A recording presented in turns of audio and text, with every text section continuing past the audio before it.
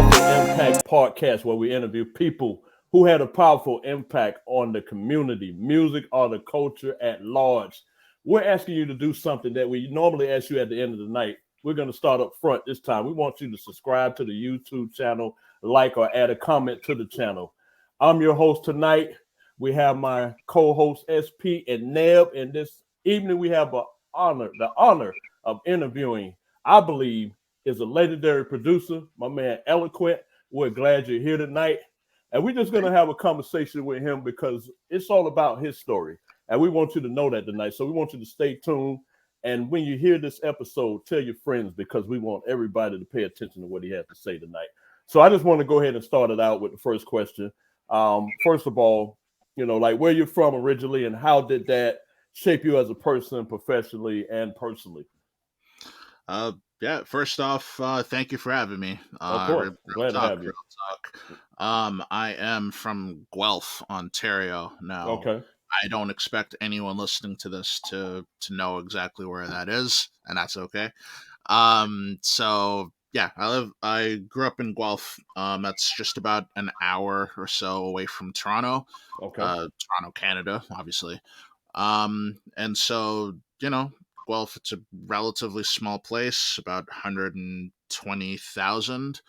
So definitely not like the big city like Toronto or any other sort of metropolis. And I feel like that definitely had a lot to do with sort of I guess sort of how everything shaped out.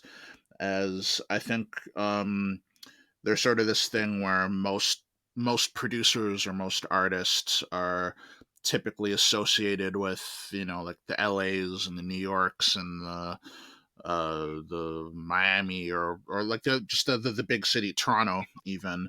And like I just come from like a very not hip hop oriented place. um so like nobody, Guelph's not really known for its hip hop scene or community, but like I always loved it and I always wanted to do it, and I've never really been one of those, like got a rep for the hometown. Mm-hmm. But it is kind of a beautiful thing to um just to sort of just show folks that, especially now with the internet being that what it is, that you can chase your dreams and you can still do dope shit without having to necessarily be a part of these big cities. It's kind of cool being like the small city guy that kind of comes out of nowhere and Mm-hmm. and makes a name for himself. And I can relate to that because I'm from Orlando, Florida, which is definitely not known for hip hop. We're more known for bass and Luke Skywalker and Luke dances and things of that nature. And so it was a challenge for me getting out there, just getting someone to hear what we had to say. Because if it wasn't from up north, they weren't trying to hear you. Just pretty much like, okay, well, they used to call us Bammers and all that kind of stuff. That's just some of the battles that we had just to get exposure and to get out there. So I posed that question to you. What were some of the challenges just getting people to hear your music and getting people to recognize your talent, being that you came from, and forgive me if I mispronounce where you come from. I think it was Gap. Is that the correct pronunciation? If I said it wrong, Guelph. for Guelph, No, sorry about that. yeah, And so no. coming from there, what was it like? Because I know you kind of mentioned that when you was giving your story, when you was telling us about your beginnings and things of that nature. What were some of the challenges you experienced? Were they like, well, I don't want to hear what you got to say, or what did you have to do to break out or even get yourself some type of exposure? Well, I mean, I guess I sort of came up in an interesting time Mm-hmm. because, I mean, obviously the internet existed, but it isn't sort of the way that it is now, where you can just make a SoundCloud account Mm-hmm. and you can sort of just make traction that way.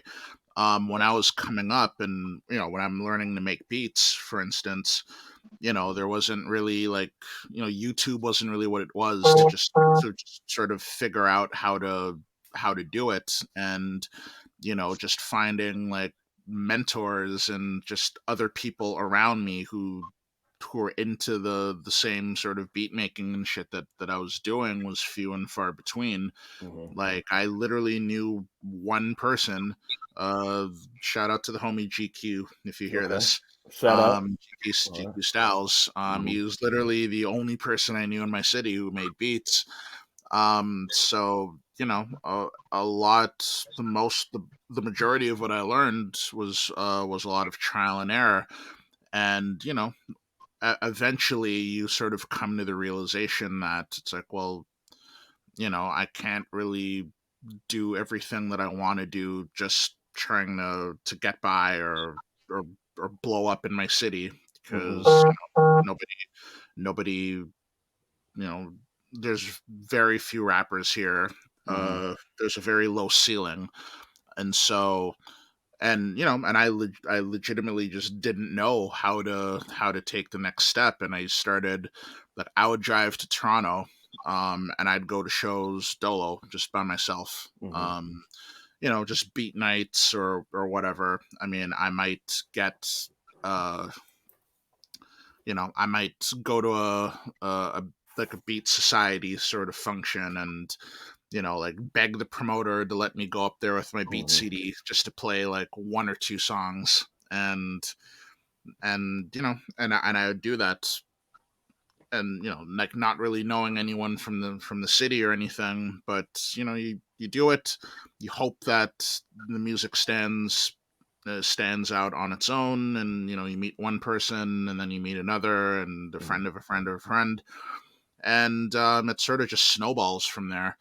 But for me it was really really hard to just to get anyone to care, because it wasn't so much a stigma of, oh, he's from Guelph, so therefore we don't care about him or anything like that. It was more just where do I go? How do I find any sort of scene? How do I find any sort of community to sort of just embrace what I do? You know, like there wasn't an instruction manual on, you know, how do I you know, how like I'm going on Google, how do you get put on, you know? Yeah, we wish that was possible. You know, and you know, I didn't have anyone to tell me like, well, how do I reach out to people? Like I didn't even know how much I should be selling beats for. You know, like I remember asking a local guy like, yo, I'll sell you this beat for $50, and motherfucker ended up like making a diss song about me. Word? Oh, that's crazy. That's crazy. True story. I mean, Okay. this is some old like 2003 shit, but yeah, Wow. that legitimately happened. So you know, there just wasn't very much for me to sort of figure out where to go or what to do, and you know, I eventually just through the internet, I found that you know, LA um seemed to sort of just be the mecca for all the beat stuff that I do. Okay. I was reaching out to a lot of rappers who would tell me, "Yo, man, that this beat's fire," and "Yo, I'll hit you up on Thursday, and I'll pay for the beat then." And I don't hear from the dude for like 8 months, you know, or they, you know, I just get ghosted, and you know, and eventually you kind of just find a community of folks who just make beats, like not relying on rappers or singers or so forth, and just learning to just put out your instrumental shit like Madlib would, and letting the song just stand out by itself. So, I mean, you know, I took a lot of L's early on. You know, I played a lot of gigs for free. I gave away a lot of free beats. I flew myself out to a lot of places on my own dime, just you know, just for the experience, just to see if anything would come from it. And luckily, eventually, it kind of did. So, yeah. Okay. So let me tell you, with my dumb ass, I went looking for you throughout the internet and spelling your name all the way to hell wrong. So Me too. That's what's up. I appreciate that. how how did you get your name? How did you choose your name? That's actually a fun story. So my last name is Alango. So when choosing a moniker, I I wanted to think of a name that somehow incorporated the first three letters of my last name, like the ELA. And actually, before really diving into beats, believe it or not, I had rap aspirations once upon a time, and I never really had a name or anything like that. And the movie 8 Mile had just come out, and everyone was fascinated by the Mm-hmm. idea of stage battle rapping. Mm-hmm. Um, and so the name I'd come up with was Ella Sun. The SON is the first three letters of my first Okay, name. that's dope. And I just thought it was a really, I thought it was a clever name at the time. And when the MC was announcing me to go on stage, and he's like, "All right, brother, what's your name?" "Yo, it's Ellison." Sorry, what? Damn it, it's Ellison. And that's like Mm-hmm. repeat myself like 9, 10 times. Like shit was kind of embarrassing. And so I figured, okay, well, let me just spin it into like a regular name. And I figured, okay, well, I'm rapping, I'm talking. The actual word eloquent sort of means to be well spoken and Mm-hmm. articulate yourself well. Sweet. I'll take the O out, I'll put the A in. Makes perfect sense. So, the rap career didn't last very long. Um, Funny enough. And so when I sort of transitioned into making beats, I mean, I still had this name that I really liked.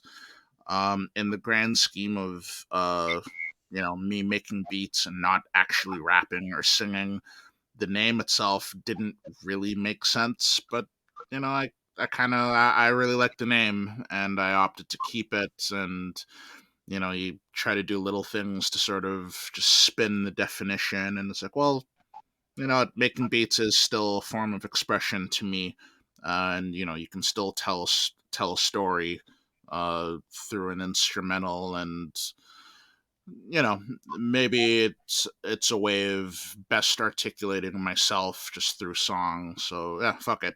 I'll keep the name Eloquent.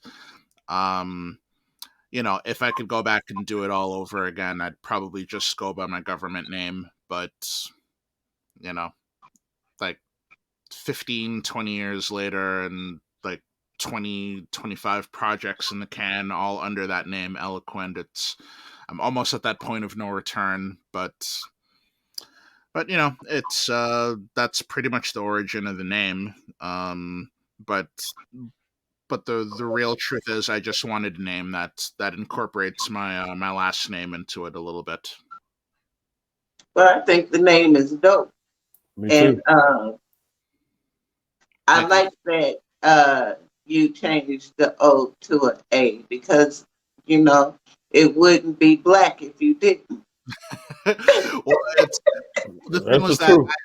but the thing was that I think a lot of people, would see the name and they just assume that, okay, well, he obviously took the word eloquent and he just changed up a letter to sort of hip hopify it, so to speak, which I guess I kind of did.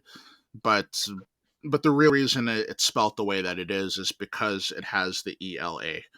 Hmm. If I was an if I was an eloquent, I might have been uh, element, or another word like it that also incorporates the ELA. But it is what it is. It It works works. in terms of like search engine optimization.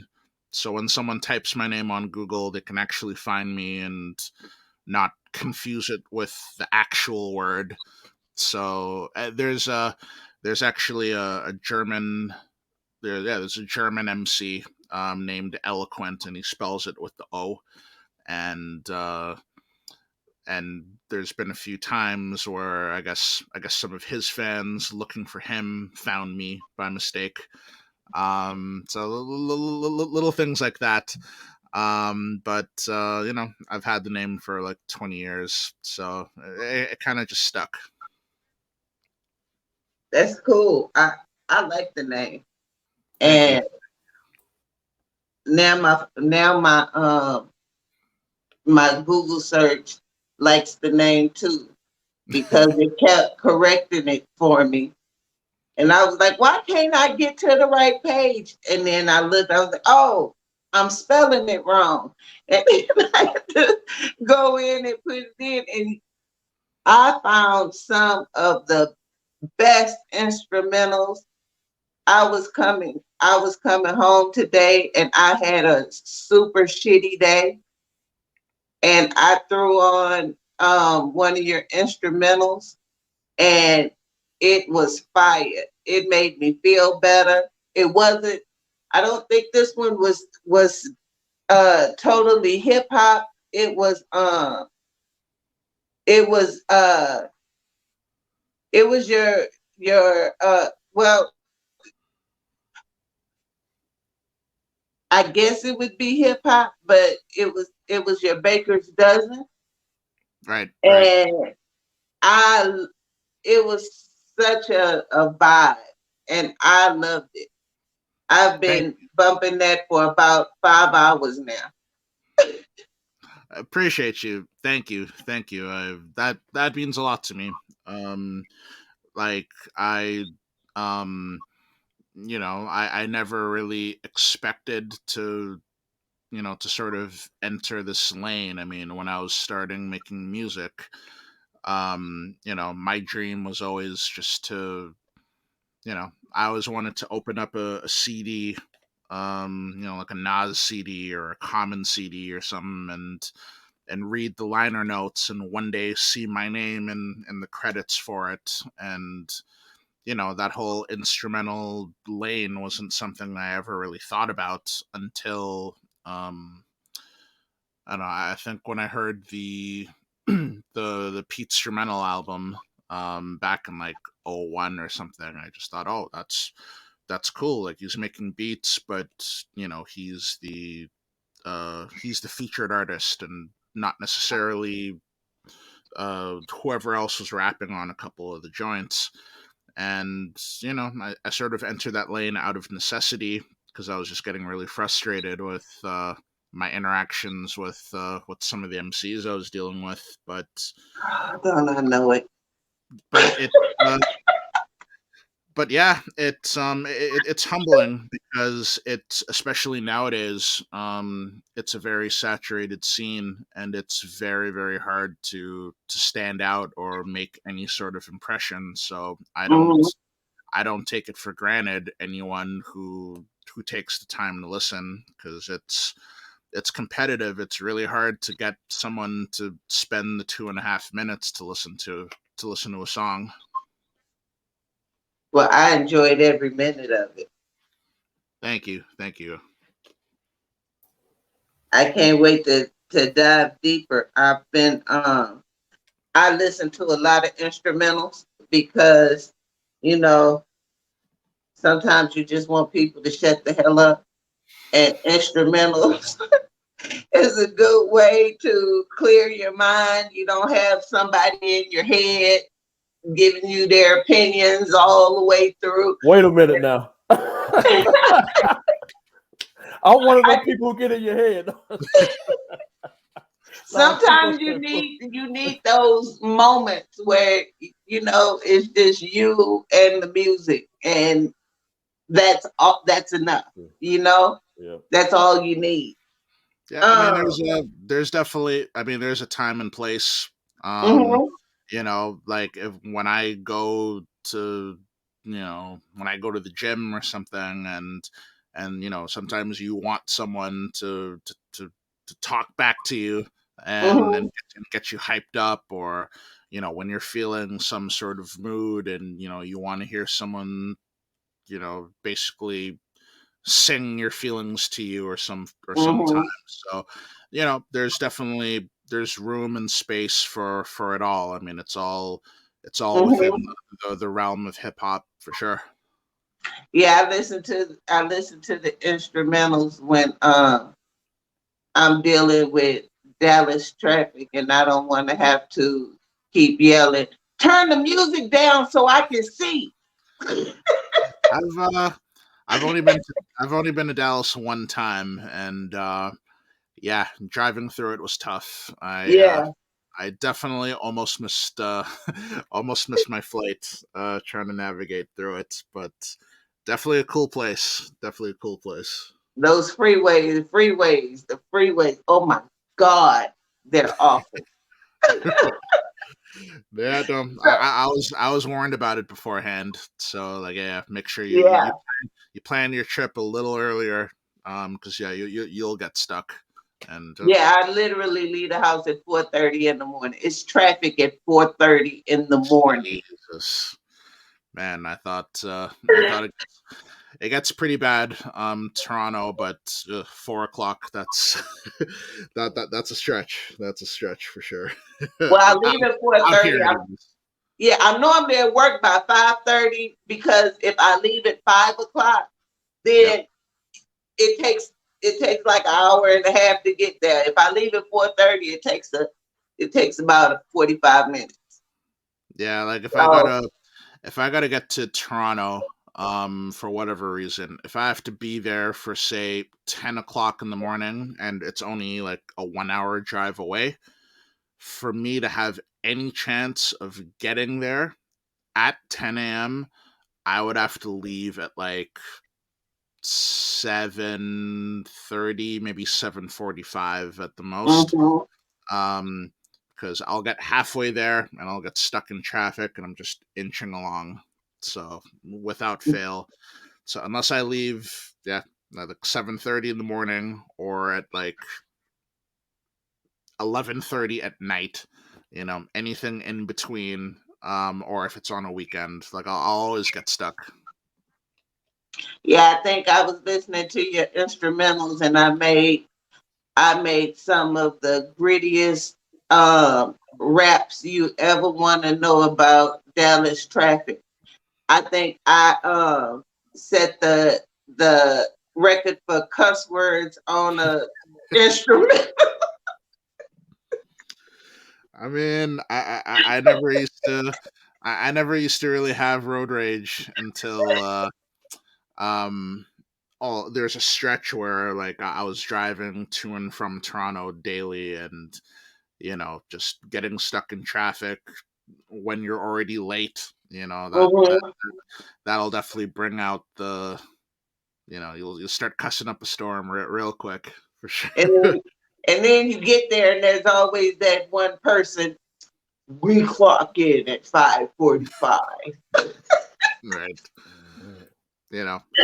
And it's always the same motherfucker who like only had to like walk to work because he lives Yeah, so around the close. corner. Like Yeah, they talk all right the around shit. the, yeah, and he's always the one talking the shit. Like, whoa, did you know that she was 4 minutes late? Huh, how unprofessional! Like, well, Uh, the fuck. yeah, if you really knew what was going through my head right now, Well, neither of us would have a job anymore. but that's a good selling point for your instrumentals. Not only is it good music, but it help you get through road rage. So we definitely got to make sure we put that out. You heard it here first on Powerful Impact, baby. So if you have a rough time and you need some music to get you through, you need to go ahead and get one of those Eloquent instrumentals because it's gonna help you get through that road rage. So that's what we're talking about. I'm They're just having, I'm truly just, dope. well, you got some dope I music. loved it. Uh, I'm just having fun with SP. But you definitely got some dope music.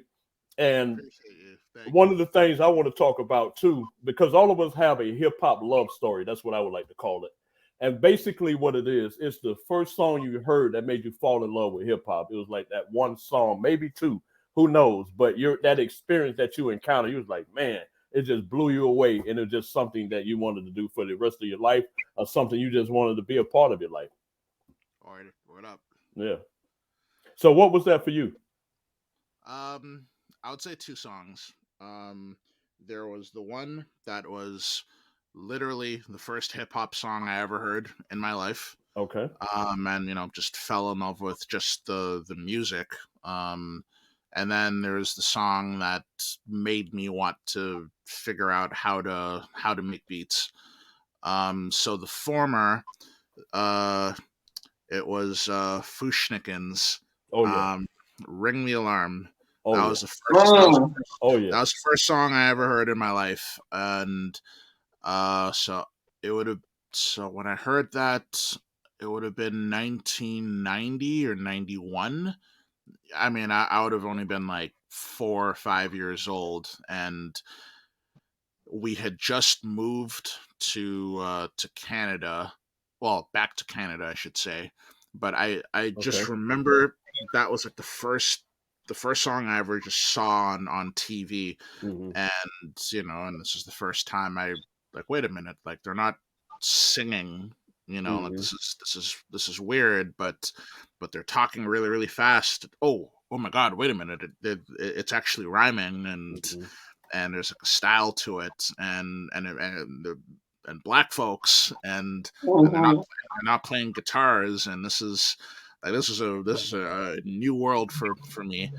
And it just stuck to my mind. And my older brother, he's like 10 years up on me. He used to do these uh like he used to record music videos on VHS tapes. We had a show up here called Rap City. Like I think, yeah, BET had Rap City too. Okay. Mhm. But they showed it. There's a different version of it up here on our Canadian station. Um, but they would show it only like twice a week. Um, for only like 30-minute intervals. So everything else was all rock or pop or whatever the fuck else. Um, so for whatever reason, because we just got so little hip hop at the time, and I remember just seeing this video, and my brother had recorded it on VHS, and through the week we go back and just rewatch the tape. So it was literally like the same like 6 songs that I just hear over and over. Mm-hmm. So yeah, that one in particular always stuck with me, and I was instantly a fan then. Um, Flash forward to, I want to say 2000 and yeah 2000, or maybe it Okay. was 99, 2001, one of those Okay. two. I was At this point, I'm like 12 or 13, and I visited my older brother. Like he was in university at the time, and Mm-hmm. um, my mom convinced him to let me hang out with him for a weekend. And he just copped the Common CD, Oh. like Water for Oh, Chocolate, which fire. Mhm. Fire. coincidentally is literally my single favorite hip hop album of all time. Mm-hmm. This is before I found out. I'm looking through the credits, like, oh, who is this Soulquarians, and then it all makes sense. I find out that it was really Dilla the whole time. But there's a song on it that my brother was obsessed with, which means I heard it like 50 times. There's a song on it called Nag Champa, Mm-hmm. and that joint was just pure butter, Mm-hmm. and it was one of those first few times that really made me think of, okay, I really like this beat, I like the song. How in the world did they make it? Like, I didn't know. Like, did they actually have like a whole band in there trying to like record it live? Is this coming off of a record? Like, I literally didn't know, and I'm at that point, after hearing it a few times, I go on the computer, like in the library, and I'm like Google. Actually, no, it wasn't Google. I was Yahooing, you Okay. know, like Yeah. how to make beats, and I'm looking up programs, and I'm finding like, oh, MPC. What the hell is that? Mm. ASR. Okay, let me see how much this cost. $1,500. Get the fuck out of here. No. Um, Yeah. And but I mean, I'm hard at work trying to figure out like how can I do it and not like pay a king's ransom. And eventually, I found some shitty computer programs that didn't work out, and eventually I found a program called Fruity Loops. Mm-hmm. Yep. Um, FL Studio, as it's known now, they're Mm-hmm. on version 20, which is really version 13 or 14 in the Mm-hmm. lineage. But at the time, that one was literally version 1. Mm-hmm. So and there's a free trial you could download, which I did, and it's like, this is the coolest thing in the world. And I'm just clicking things. I don't know anything about playing keys or anything, Mm-hmm. and I'm making these beats, and I'm showing like my older brother, and I feel like I'm DJ Premier, like, yo, like, Yeah. y'all cannot fuck with me, yo. That's what it And is. and to his credit, he always kept it real with me. Even me at age 12, like, he told me like don't hate me, but these beats are trash, bro. And and I was really like hurt by that, but it motivated me to like really learn and figure out. And anyway, long story short, eventually I figured out, you know I eventually found the record that Dilla used. And nowadays when I listen to any beat, any song, the producer part of my brain is always trying to sort of deconstruct it. Like, I'll hear a song on the radio, and I'm immediately thinking of, okay, I think this record sounds like a sample. This part I think is where it was probably chopped, and the sound and this bass sounds like it might have come from the record, or maybe they played it, and the drums were probably laid out this way. And like, it's just, I can't really turn that part of my brain off. But it all started with that Common record. And obviously I later find out, like, oh, who is this guy JD? And then you sort of dig through the vaults, and it turns out like a ton of like my favorite Buster records, and a bunch of my favorite, whether it's Slum V Mm-hmm. or and I'm finding out, wow, this guy had a hand in everything. And all these Gangstar joints that I loved, and yeah, this guy DJ Premier, and he has a signature sound. And now I'm looking at it beyond just, okay, this is a Common song, or this is a Nas record. Like, now I want to know who produced it, and I want to know these people by name, and I want to know to look out for them whenever I see the name on the insert credits and so forth. Okay. So yeah, no, I gotta say that it really started with that Common album. Okay.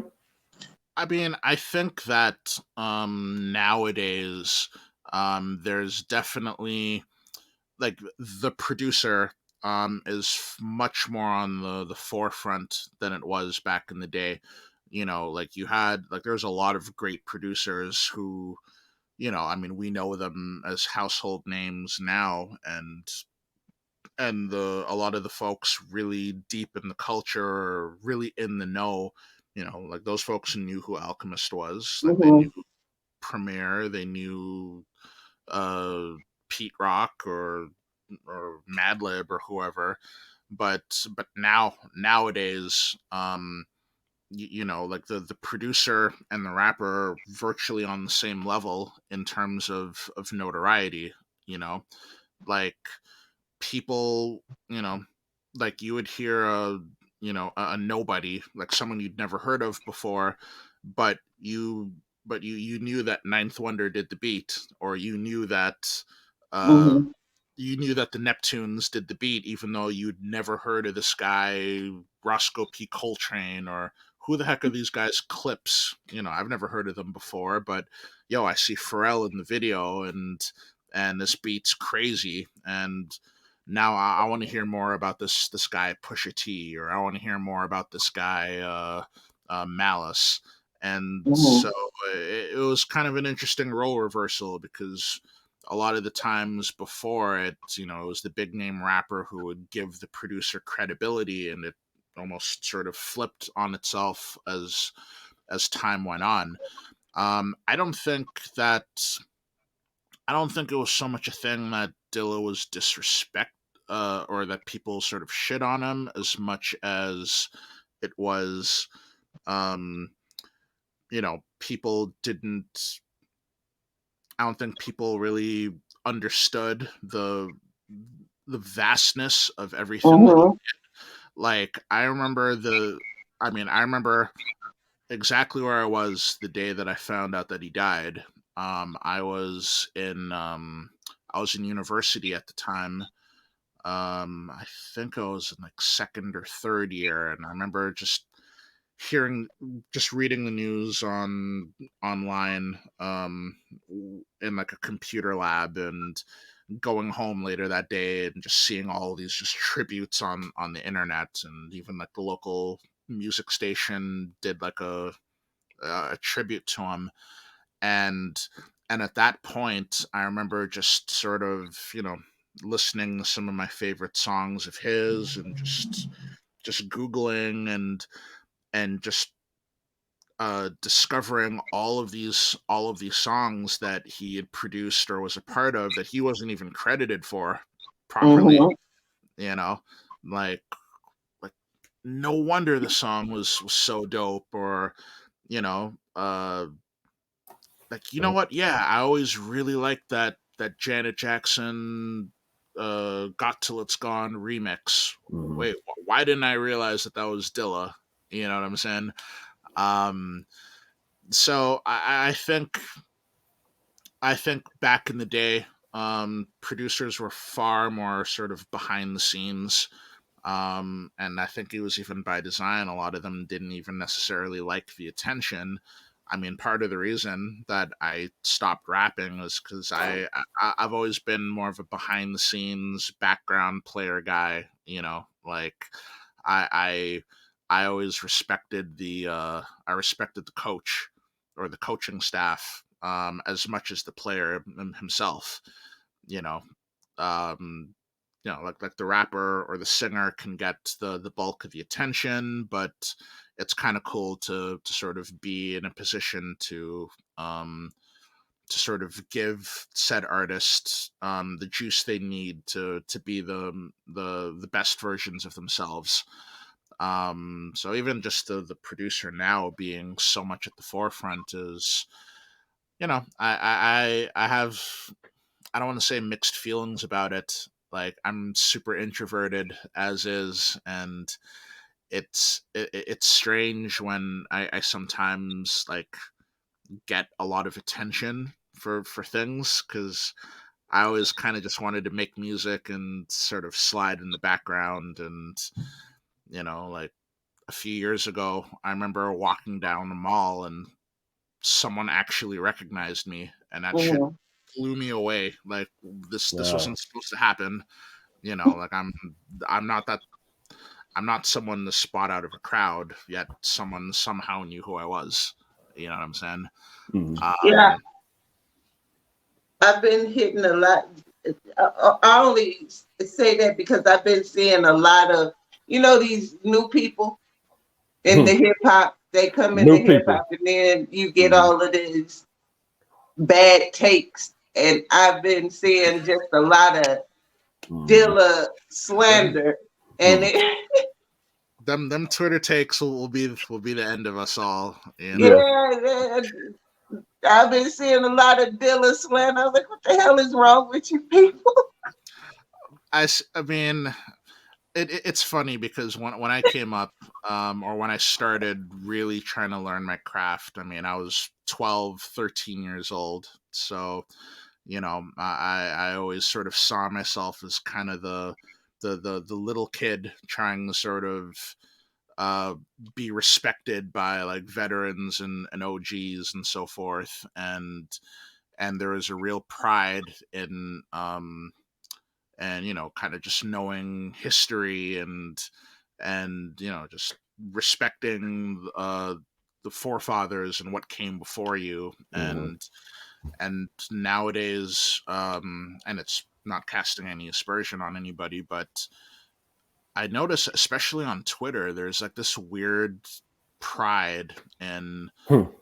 either not knowing or not caring about the past. And it's Mhm. like I get it, the stuff that I do, for example, um, like my 13-year-old nephew probably listens to my music and thinks that my shit sounds ancient. And okay, that's cool. I respect that, but definitely a lot of folks are very, very dismissive of it.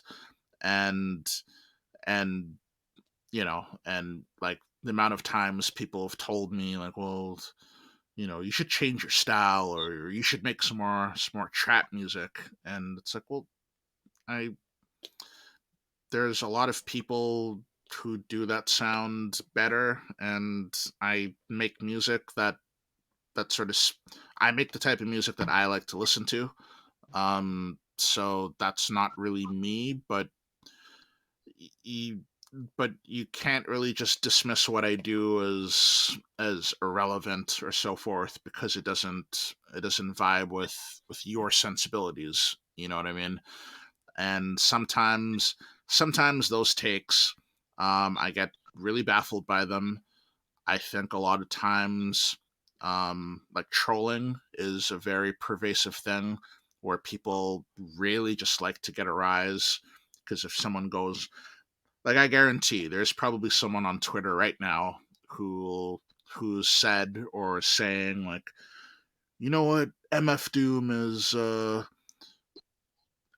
was trash, and you guys just overrate him. And knowing that that person has probably never actually listened to him, but they know that a take that spicy, is going to have people like quote tweeting them like crazy, or it's going to have Yeah. people just going at their throats. And there's this weird sense of like, haha, I got to you.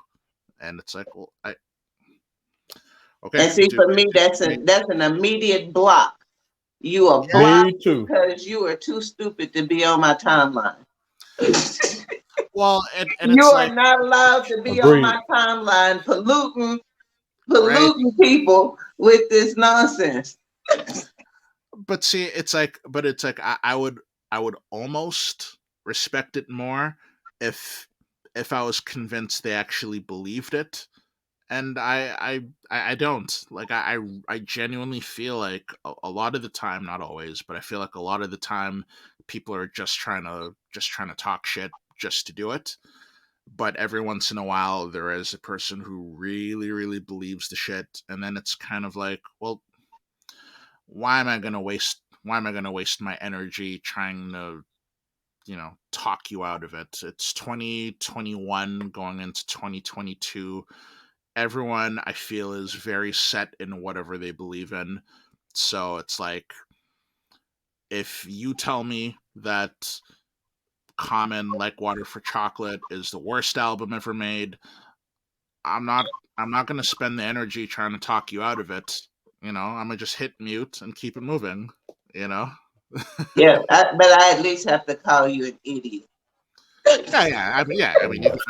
I mean, Yeah, she will call you an idiot. I mean, you give them a quick piece of your mind, but then, once it turn into like a back and forth, and I've been guilty of it. You go back and forth like 50 responses to another, and at the end of the day you look back like, wow, I just wasted like an hour arguing with a fucking idiot.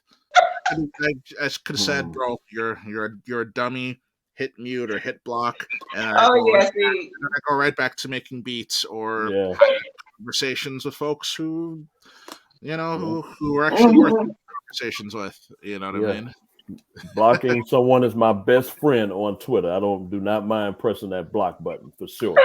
Now, see, what I like to do though Hmm. is, I don't block people too often.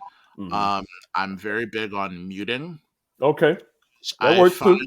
because I That works. because the thing Yeah. the thing is, when you block somebody and they Hmm. notice that they've been blocked, especially the trolls, they like to go and like screenshot it and be like, Oh yeah, huh, huh, I guess Solrak, he couldn't handle the heat, so yeah. he had to take his ball and go home. No, but Uh-huh. if you mute them, you know, they they don't know that you've just ignored them, and they're just Mhm. gonna like argue to themselves hours, and Mhm. meanwhile you're unbothered going about your day, and you don't even know that you don't even know that they're still trying to go at you, so they don't get that satisfaction of feeling like they got to you, and Mhm. meanwhile you don't even see any of the bullshit anyway. But then again, True. they can obviously still see your tweets, and some folks it's like, no, you don't even, you haven't even earned the right to know what I'm thinking. Like, get the fuck out of here. Absolutely. Absolutely. Yeah, that's why you get blocked. You can't have a conversation with the people I talk to. Well, they can take a screenshot, whatever they want. I don't mind it. Yeah, I Sorak don't couldn't care have. as You long know as what? you're You're out of right. my presence. Sorak couldn't handle it because I didn't want to deal with your bullshit. So that's right. Take the Be screenshot, goddammit. gone. But I want to ask you a question because you talked about a few things. One, I like the fact that, and I'm glad that you came tonight because one of the benefits we get tonight, we get to talk to a producer because you get the DJs, you get the rappers, and but you don't always have an opportunity to talk to a producer who can give a perspective that's different than the other two. Word up. And even though some DJs become producers, or some Mhm. producers are DJs, so but in this case, and not knocking that, but what I know you mentioned that when you hear a record, basically it sounded, and you could correct me if I'm wrong. You break down what samples they use and what they did to create the beat. Like, does that happen naturally for you whenever you hear a song? Like, I wonder what sample they use, or what did they do to create this sound, or something like that. Is that just something that's habitual for you, or I mean, I'm just curious about for that. me, like, to be completely honest, I mean, Mm-hmm. I'm not. I mean, I'm never gonna pretend to be like, Mm-hmm. like a world class crate digger Mm-hmm. sample ID guy. Mm-hmm. Like Mm.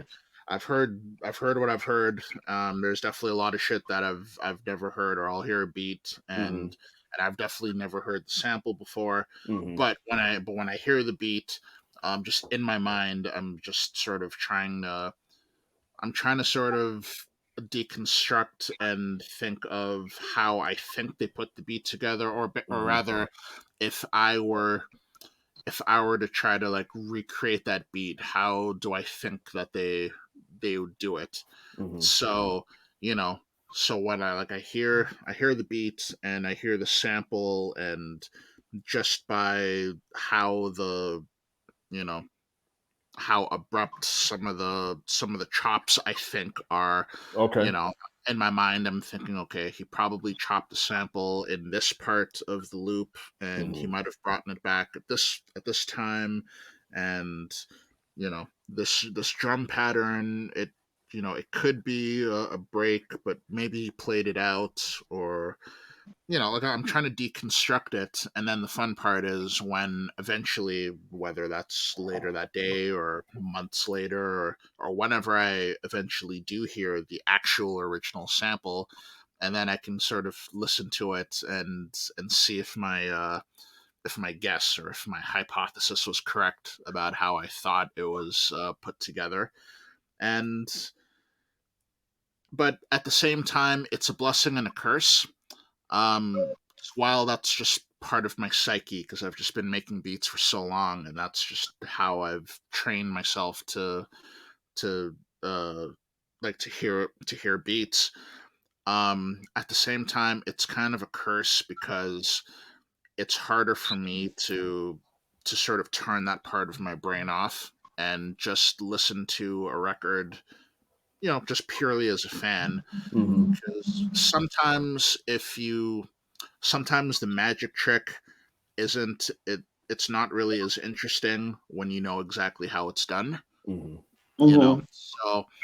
so there's a balance, because there's definitely a lot of records I can think of, like classic records, that the whole time I just figured like, yo, uh the way that Madlib put this together, or the way RZA put this beat together, is genius. And man, the creativity that they would have had in '96 or whatever Mm-hmm. to approach the sample this particular way, or to do the pattern this particular way, just genius. And then I hear the original record, and then it's like, oh, it's literally just a loop, you Yeah. know. Mm-hmm. And and I get, and when I was early in my beat making, and I'd sort of find that out, and I'd be like kind of disappointed, because in my mind I'd built it up as if they just did you know uh like a like open heart surgery on Okay. the joint, and they just crafted it in such an intricate way, and you find out, oh, okay, they just found a really good loop, Mm-hmm. and that was it. But then as I sort of got older, and I found that there is a science in even looping, and a big thing that I had to learn, and one of the things I tell producers all the time is knowing is is is knowing when to finish a beat, and when not to overproduce it. Because sometimes Good the advice. yeah, but sometimes Mm-hmm. the best possible outcome for a beat is just to keep it simple. Mm-hmm. There is beauty in simplicity. There's magic in simplicity. And sometimes if you just find a really banging loop, and it conveys the perfect emotion, and it gets said rapper or singer Mm-hmm. in the perfect pocket to do what they do, like why in the world would you change it?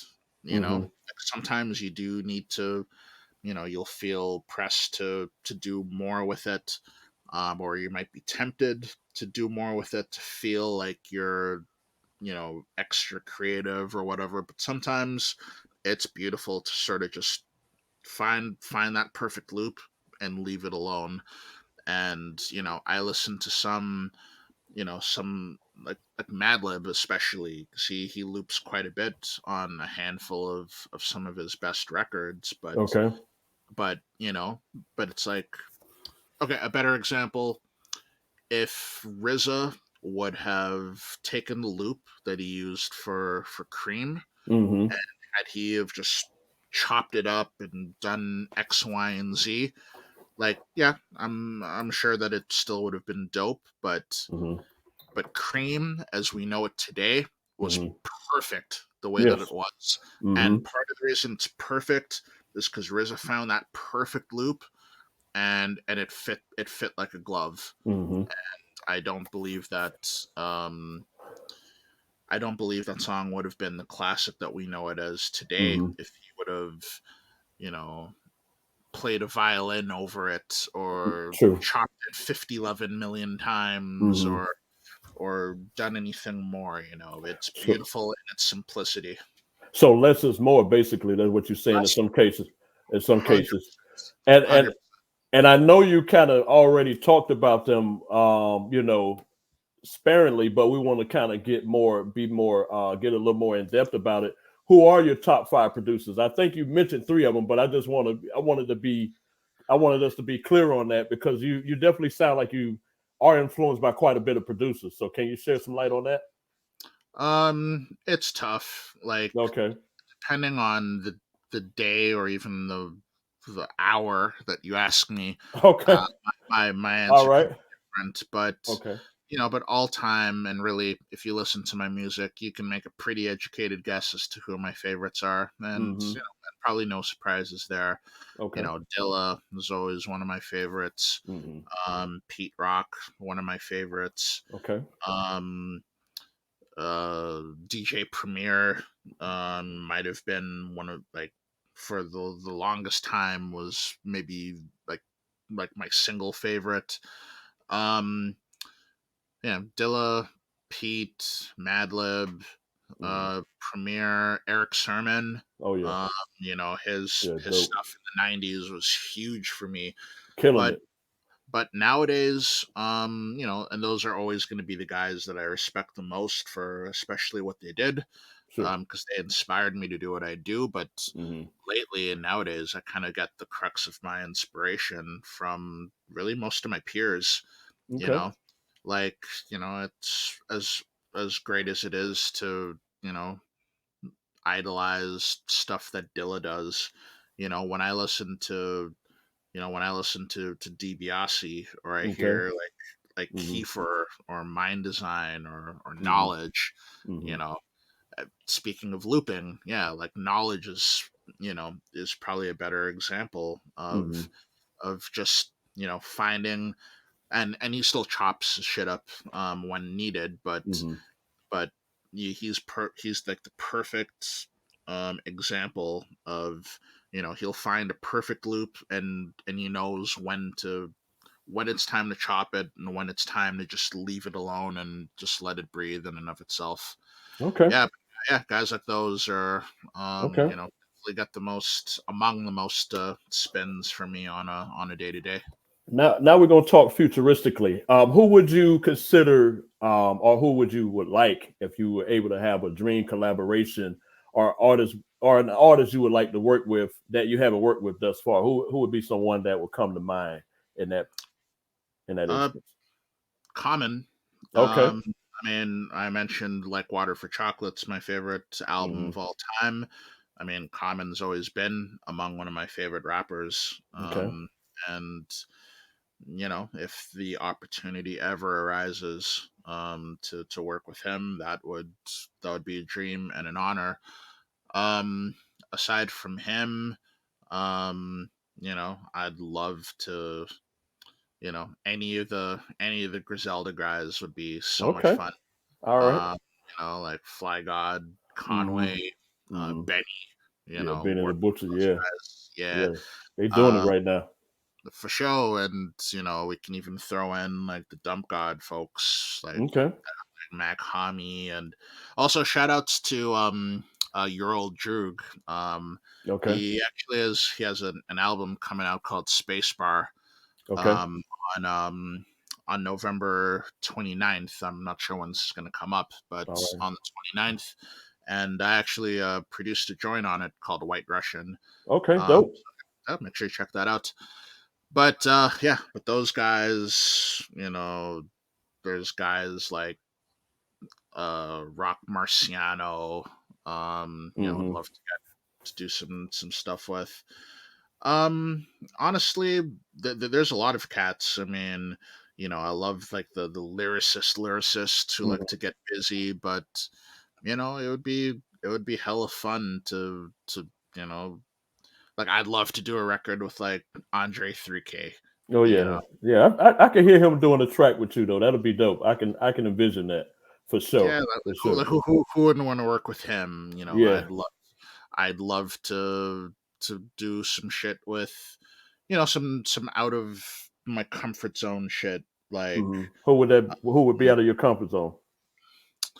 um, like I would do a song with like Lil B. I Okay. would I would Okay. get I would love to do some shit for like uh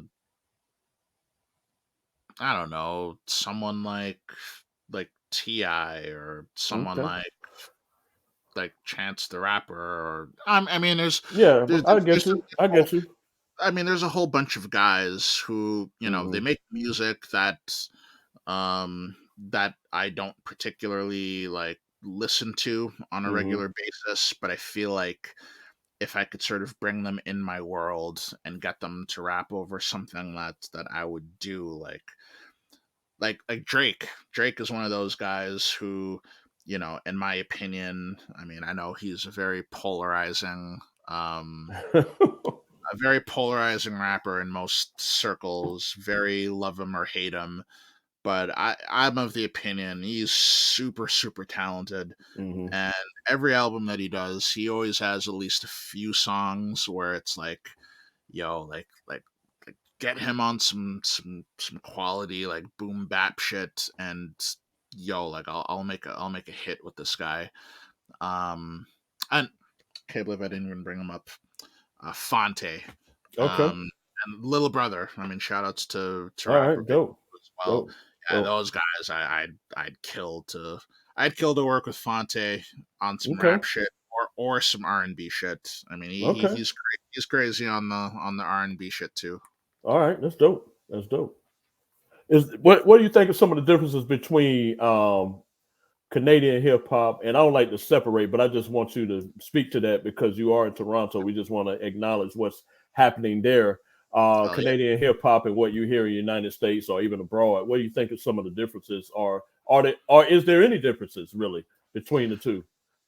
Well, if we're talking about nowadays, Mm-hmm. um, there really isn't, in my opinion, there isn't Mm-hmm. like a much differentiating the two apart from, like if I hear a Canadian rapper just talking or sometimes even rapping, like just from some of the slang or some of the accents, it's like, okay, I can tell that this dude or this lady is Canadian, but in terms of the actual sound, and that's not even extended to just Canada, but it's almost across the board. I mean, even in the States, between regions, um, I feel like back in the day, every region was a little more defined in whatever the region's sound is. Like going back to like the '90s and early 2000s, like West Coast hip hop versus East Coast hip hop Mm-hmm. sounded nothing alike. And Exactly. then once you go to the South and even various parts of the South, like the shit in Florida versus what you would be hearing in like Mm-hmm. Houston or Mm-hmm. Memphis or other regions. I mean, there are very unique, distinct sounds, Mm-hmm. and that was the dopest thing. When I'd hear like a No Limit record, it sounded Mm-hmm. nothing like That's true. nothing. It sounded nothing like Detroit hip hop, which sounded nothing Mm-hmm. uh like the Bay shit. You Mm-hmm. know. So nowadays, I feel like a little bit of that coastal or territorial specific or unique sound has dissipated a little bit. A lot of folks kind of, like they'll rap over like whatever trap sound or they'll Mm-hmm. rhyme in certain patterns that kind of everyone's doing. Okay.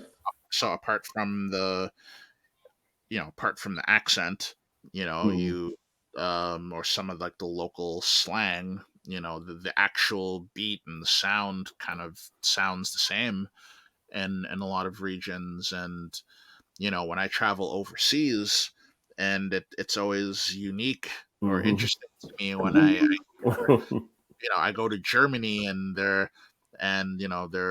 rapping like like it sounds like UK drill, but Mm-hmm. in German, you know. Mm-hmm.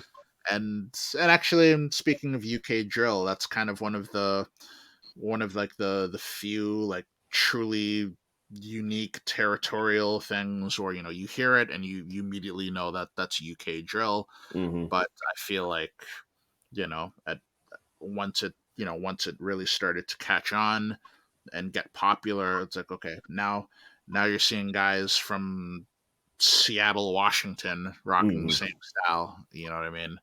But that's not necessarily a bad thing. Um, but I guess as far as your original question of Toronto or just Canadian hip hop Mm-hmm. versus American, um, I think in terms of like the production and the core sound, a lot of it it it doesn't sort of differentiate the way that it used to, in my Mm-hmm. opinion. Okay. Okay. But again, that's not a But bad thing. Like good music is No, always good music. good music is good music, no matter where it comes from. I just want to make sure I put that out there. it's a Mm-hmm. Yeah. bad thing. It, for me, it's a bad thing. It's a horrible, horrible thing. Mm-hmm. Well, again, there's, I mean, in any coast or so forth, there's always going to be pockets of artists who are sort of keeping that local sound alive.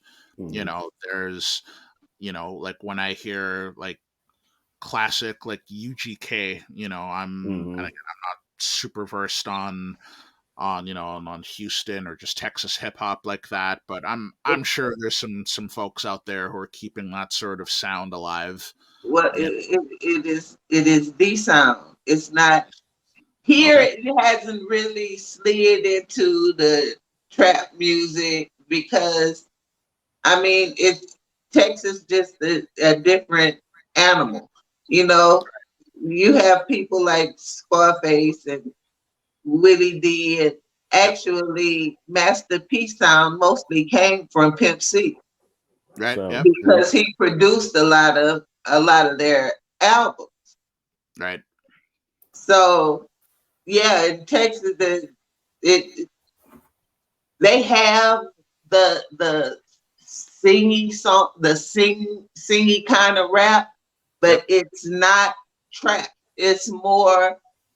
Um it's more soulful than Yep. trap. And I've always loved that soulful aspect to Mhm. to them Texas joints. I mean that's why I really liked UGK to begin with. You know, so I guess maybe I'm speaking a little bit out of turn, because again, a lot of the stuff that I guess we sort of consume or hear is I guess some of the stuff that breaks out more on a national level. Yeah, Because obviously in the cities themselves, there's going to be a little more territory, but the stuff that you can't escape on the radio, on national radio anyway. Not that anyone listens to radio, but a lot of the stuff that gets a lot of the attention sort of kind of it sort of just blends Yeah. together all in one sound. Mhm. Yeah, which but is don't why you kind it's really cool. I love I love that Griselda is getting so big with a Mhm. throwback East Coast style, you know, and it would be really cool if the next incarnation of Mac Dre emerges from the Bay like on a national scale, Mhm. and you hear that hyphy or that Bay shit Mhm. outside of just the Bay Area. You know But what I mean? Mac Dre was dope though. A lot of people don't know about him, yeah. but he was dope. He was dope. See, growing up, at least up here in Canada, the only real West Coast stuff that we heard was, I mean, we heard Dre, we heard Snoop, we heard a lot Mhm. of like the SoCal, like the LA shit. Mhm. Hmm. I didn't even know what Bay hip hop was outside of like Souls of Mischief and some of the Mhm. Hyro guys. I didn't I Hmm. didn't I didn't even know about Mac Dre, or I mean I'd heard the name E40, but I'd never heard any of his music until way the fuck after, you know. Yeah. But don't you kind of miss that? Don't you kind of miss knowing where people are from? You know, 100%. you Yep. you just sit and listen to music like, oh, they from South Carolina. South Carolina didn't sound like Atlanta, and Mhm. California didn't sound like Texas, and Texas didn't sound like New York, and New York had a distinct sound that was so Yep. pure, you know. Yeah, And it I felt miss it the felt like drums. I don't know where the drums went with. I'm a bass girl. I like to see people's windows shaking when I go down the street. You know what I'm saying? I want my trunk to sound like I you want that. playing a banjo on it when the bass hit. Yeah. I feel like at one point, probably around mid 2000s, but like the Atlanta sound really really caught on, Mhm. and Mhm. just everybody ran with it for a while, and it's I feel like a lot like it was interesting for a while, like like New York especially, which was especially known for that sound, and Mm-hmm. had guys like you had like guys like Fat Joe Yeah. and a bunch of folks, all doing that same Atlanta sound, and it's like, oh, like, geez, like who's so I guess no one's doing boom bap hip hop anymore. I mean, and obviously people were still doing it, but Mm-hmm. it was just fascinating to me just how quickly and how vast that sound just spread everywhere. And Because I think it's because it was simple. It was yeah, easy. You know what I mean? It well, wasn't something you had to work hard to. I mean, it's. well, I don't think it was so much because it was as easy as much I'm as talking about easy to listen to. You didn't oh have to yeah, think, got or got you you. did. You didn't really care about what they were saying because there's no way you could cook something in a pot, and that would be a lyric that you was just like, that shit hard. You Mm-hmm. know, That's true. Oh, that's fair. the That's beat true. is hard, but the lyrics is ass. Well, I mean, that's what it was like growing up in Florida. I mean, the songs we used to hear, "Shake What Your Mama Gave You" and all of that. We really have it wasn't much substance unless you listen to music that was up north or you was connected to people that was writing, that were lyricists. You know what I'm saying? You had to But break out then, of that box. but Yeah. I mean, but even that's some shit that I've really grown to appreciate. I mean, Mhm. I used to be one of those backpacker ass motherfuckers Me too.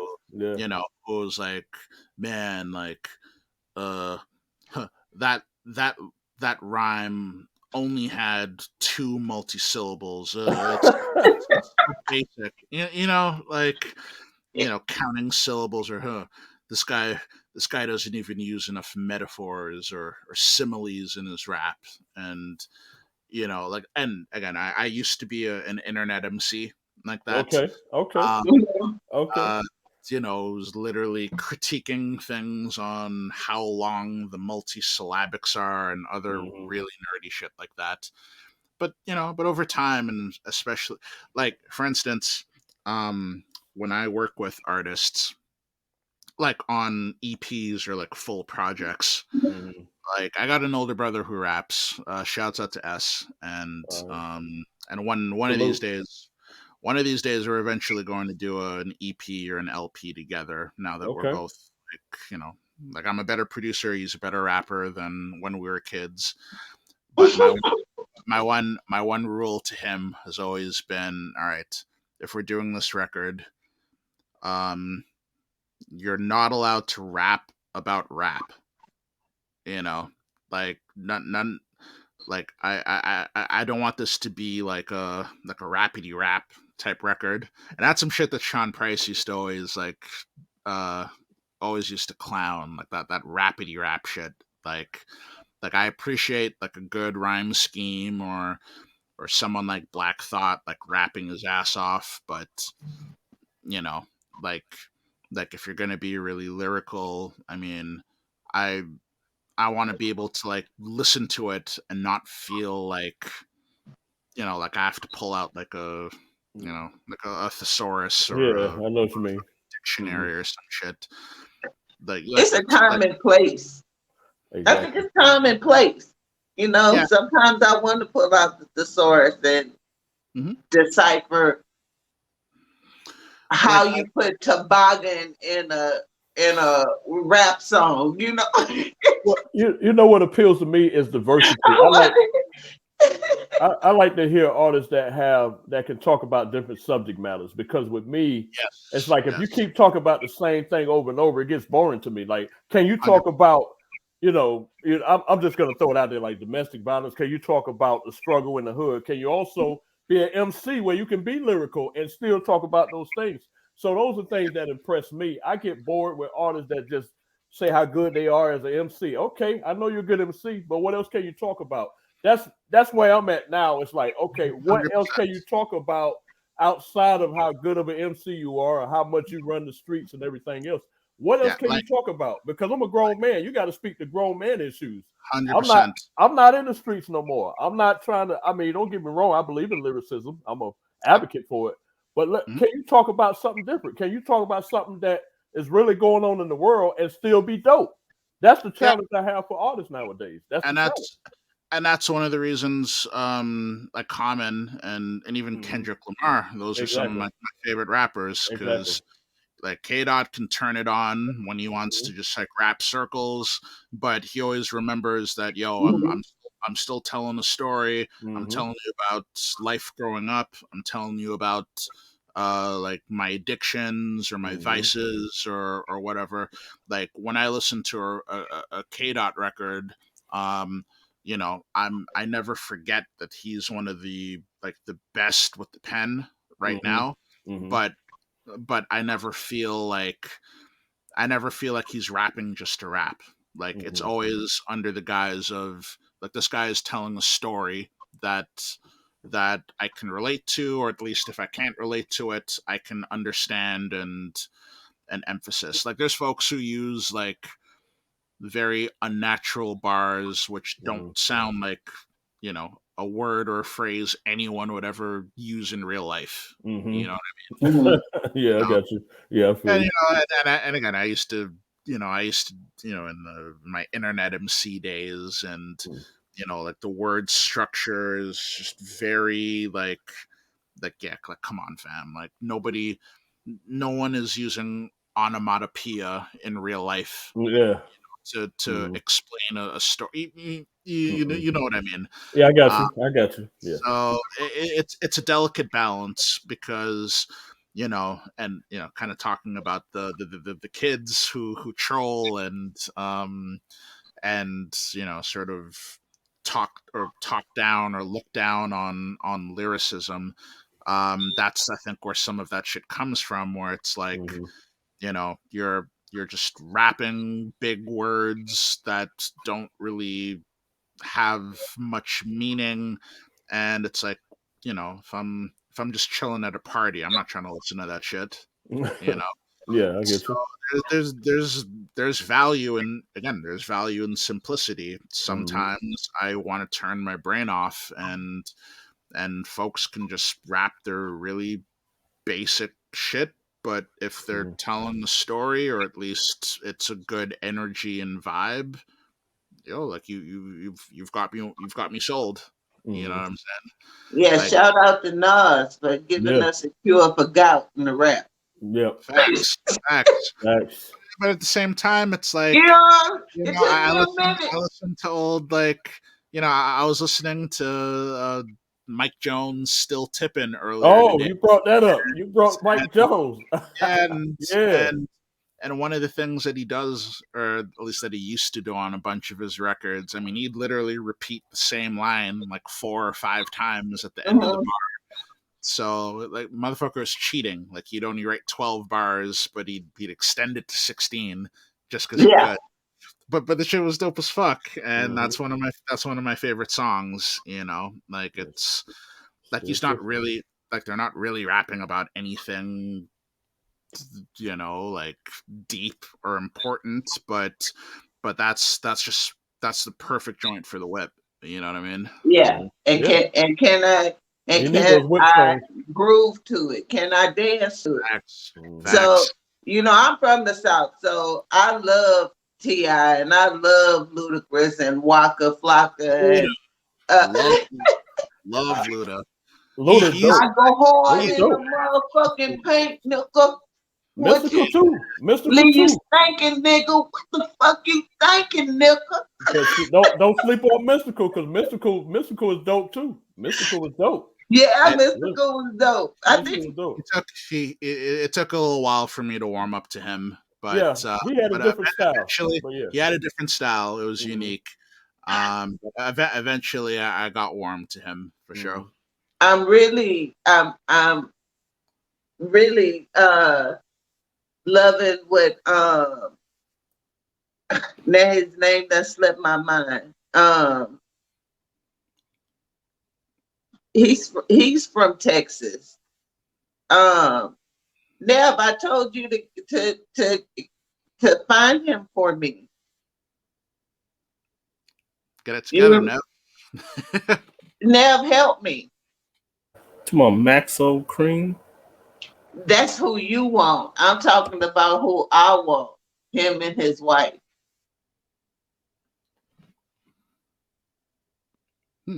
I don't know. I can't remember right now. I'm lost.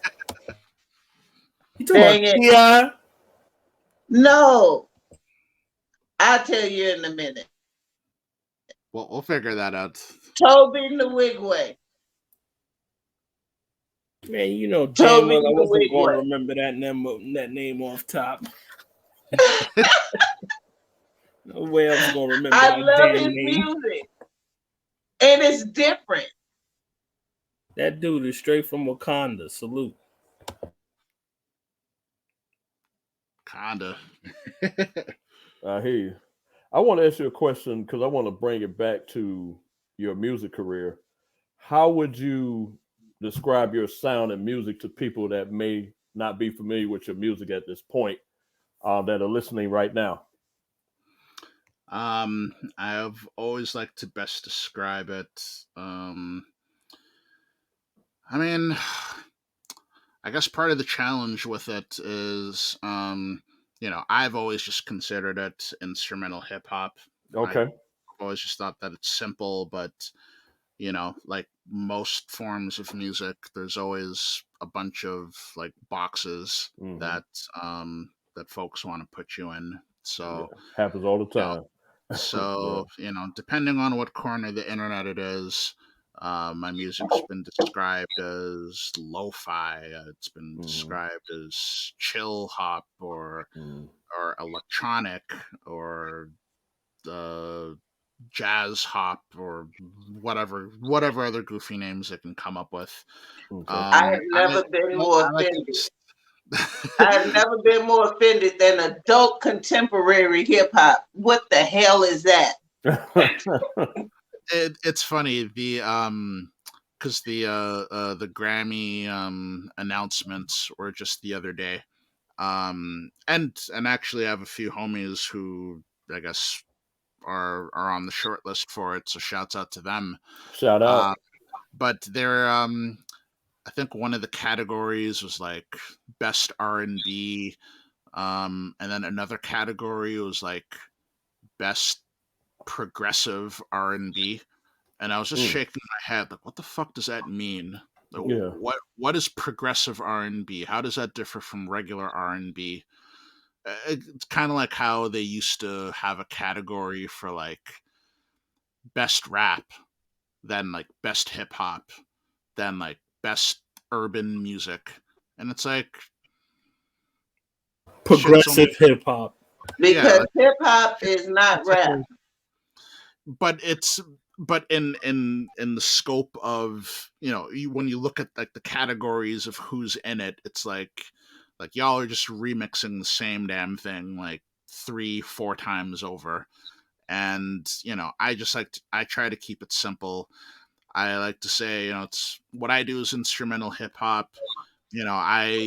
I make music for folks to fold laundry to, or do like mundane tasks around the house, you know. But honestly, at the end of the day, whatever box that people want to put me in, if that's how someone best remembers or labels what I do, like, have at it. I don't really care. Like if you're listening, that's ultimately all that matters. But if I'm describing it to someone who's never heard me before, I just tell them it's instrumental hip hop, mostly on kind of the more laid back style side. But yeah, but depending on how I feel, sometimes I want to make a beat that you want to punch a hole in the wall to, you know.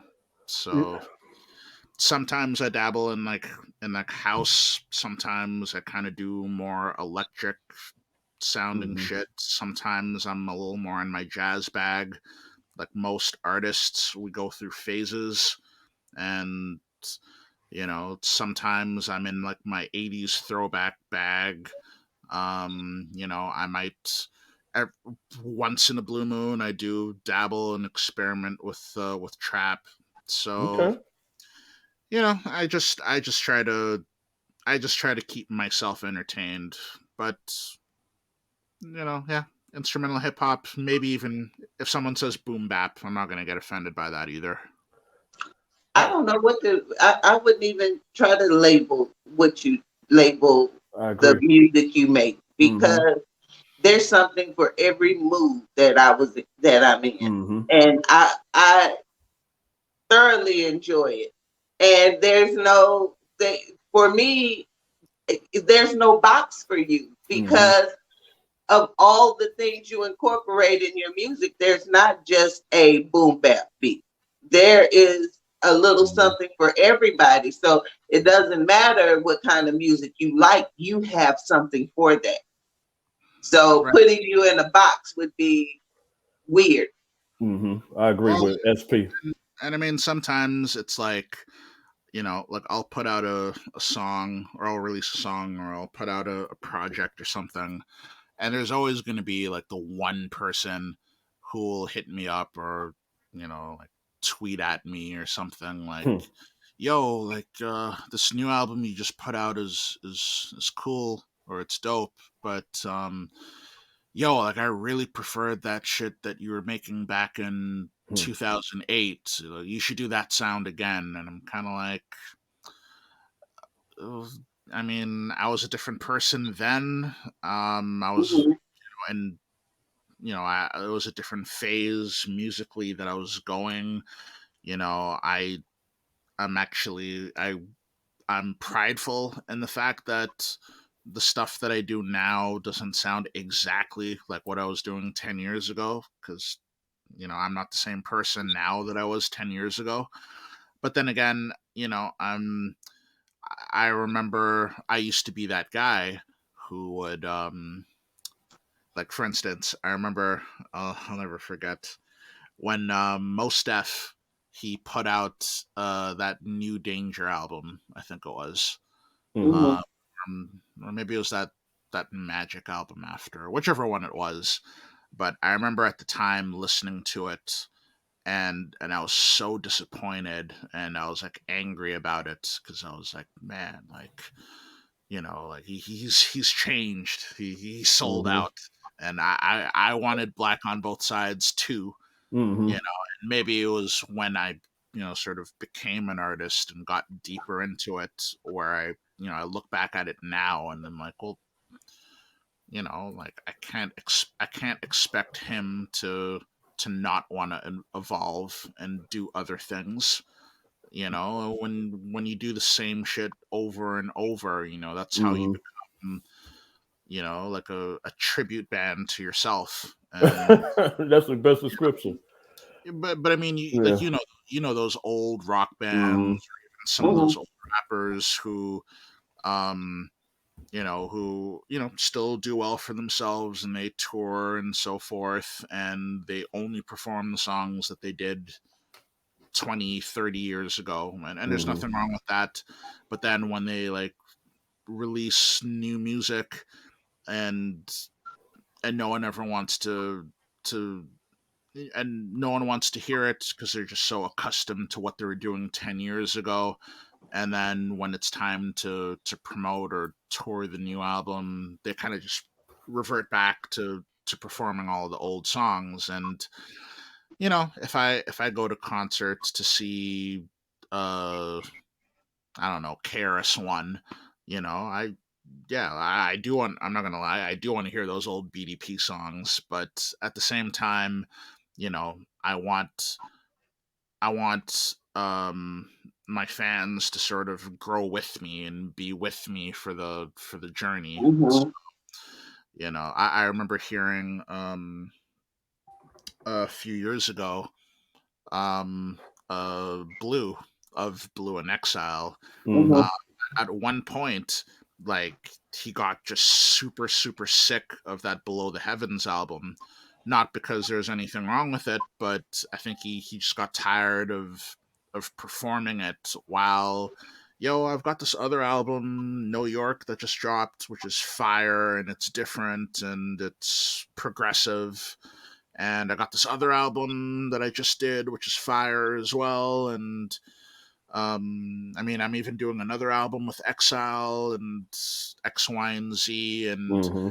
and I think people at the time just wanted to hear one thing from him, and that just drove him crazy. And I think that evolution is an important thing for artists, not just for themselves to do, Mm-hmm. but um, but just having the courage to sort of to have the courage to evolve and not be sort of held hostage by by your fans. Yeah, I think that's what keeps the culture rich is the fact that we see the music evolve. I mean, think about it. Hip hop started off one way, it evolved. I mean, there are different flavors now, which is good because it draws more people to the culture. But I do want to ask you: is there one song or project that best describe or represent you as a producer? Which one would that be? Do you have one in particular that you would use, or one that you favor over all the rest? I would say I did a record in 2016 Hmm. called Worst Case Scenario. Okay. Um, so that, like, whenever, if someone is new to me or has never heard me before, and I mean, I've got close to 20 albums over the last like 20 years. Mm. Um, but that's kind of the one that I recommend to people who are just listening to me for the first time. For one, I really felt like I was in my bag in that record. And but part of it was that was a really personal record for me as far as how I felt at the time and how I like almost just gave up making music. And that record sort of gave me a little rebirth and a little juice, and I had and some great experiences played a role in the creation of it. Hmm. But I mean, but I guess that's more personal for me. Hmm. But strictly on a music level, that one, or even my last record with the Mellow Music Group, I did a joint called Forever is a Pretty Long Time. Okay. And that was my first and really only record. Like, that was my high technology album. I mean, that was Mm. my curation album, where instead of just all instrumentals, I'm bringing folks in to show that I'm not just an instrumental guy. So I had Blue, I had Guilty Simpson, I saw that. I had Odyssey. Yeah, it's Um, dope. I had a bunch of my favorite artists on the Yeah. record. Just to Chester Watson. Chester Watson yeah, was on there. Yeah. yeah, Chester, shout out to Hmm. him. Yeah. So, how did you get past that point? I hear that from a lot of artists, that there comes a point in time where they are contemplating quitting. How did you push past that point? Um, so I mean, at the time, I sort of, and the whole reason the album was called Worst Case Scenario was it was almost like an exit plan. Like I sort of said, I've been doing this for so long, and at the time I think I had just turned 30, and it almost felt like, if shit's not going to pop off now, it probably never will, and maybe it's time to like, I'm thinking of my future. I'm thinking of getting a like a regular career, and like I can only progress in my professional life by sacrificing like music. That was sort of the mind Hmm. frame that I had at the time. Because I'd done music full time, and while it's rewarding, it not having health insurance sucks. Like, freelance life is complicated and very, very stressful at times. And you look in the mirror and you ask yourself, is it really worth it? Like, I'm, I can, if my career ends today or right now, I have a body of work that, one day someone's going to go record digging in 2080 and they're going to unearth my Baker's Dozen album, and that, Mm-hmm. and that's cool. Like I could get hit by a bus tomorrow and I feel like, I accomplished almost everything I wanted to do in music. So, I was sort of preparing for the end. I hadn't decided if I Mm-hmm. wanted to quit for sure, but I felt like I was never closer to it. And what sort of led me out of it was when I was 15, 14, 15, I set a goal for myself. I had a few goals. One of them release, was to get signed to a label. I wanted Okay. to release an album on vinyl. But the biggest thing at the top of my list was I wanted to play in Japan.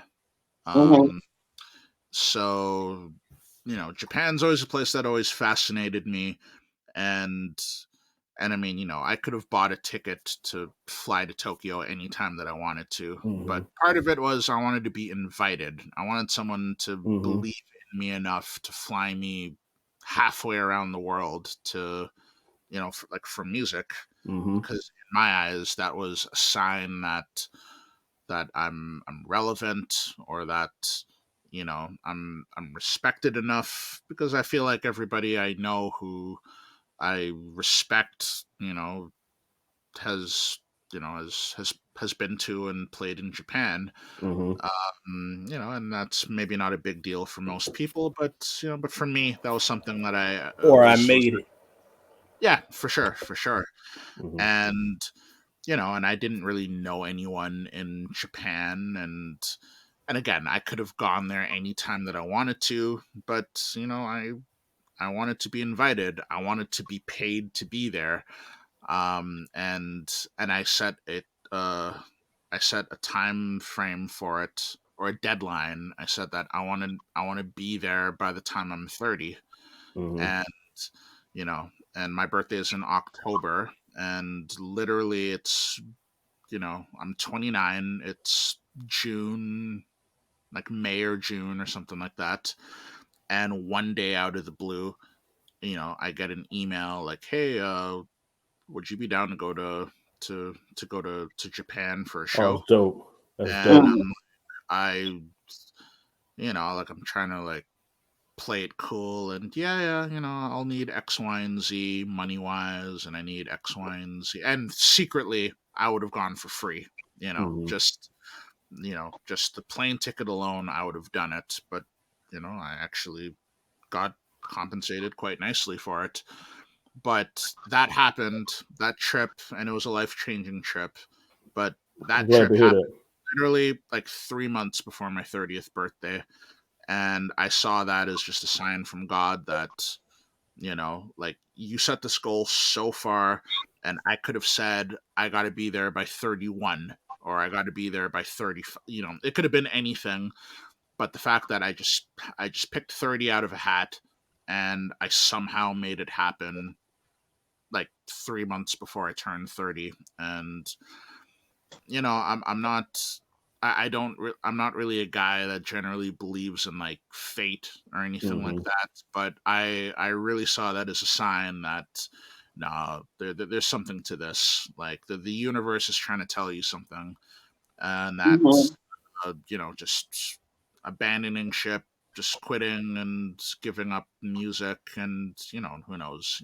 I might never be the household name that DJ Premier or Dilla is, and that's fine. But I felt at that point on, even if everything doesn't shape out in that regard, there's an audience there, and Mm-hmm.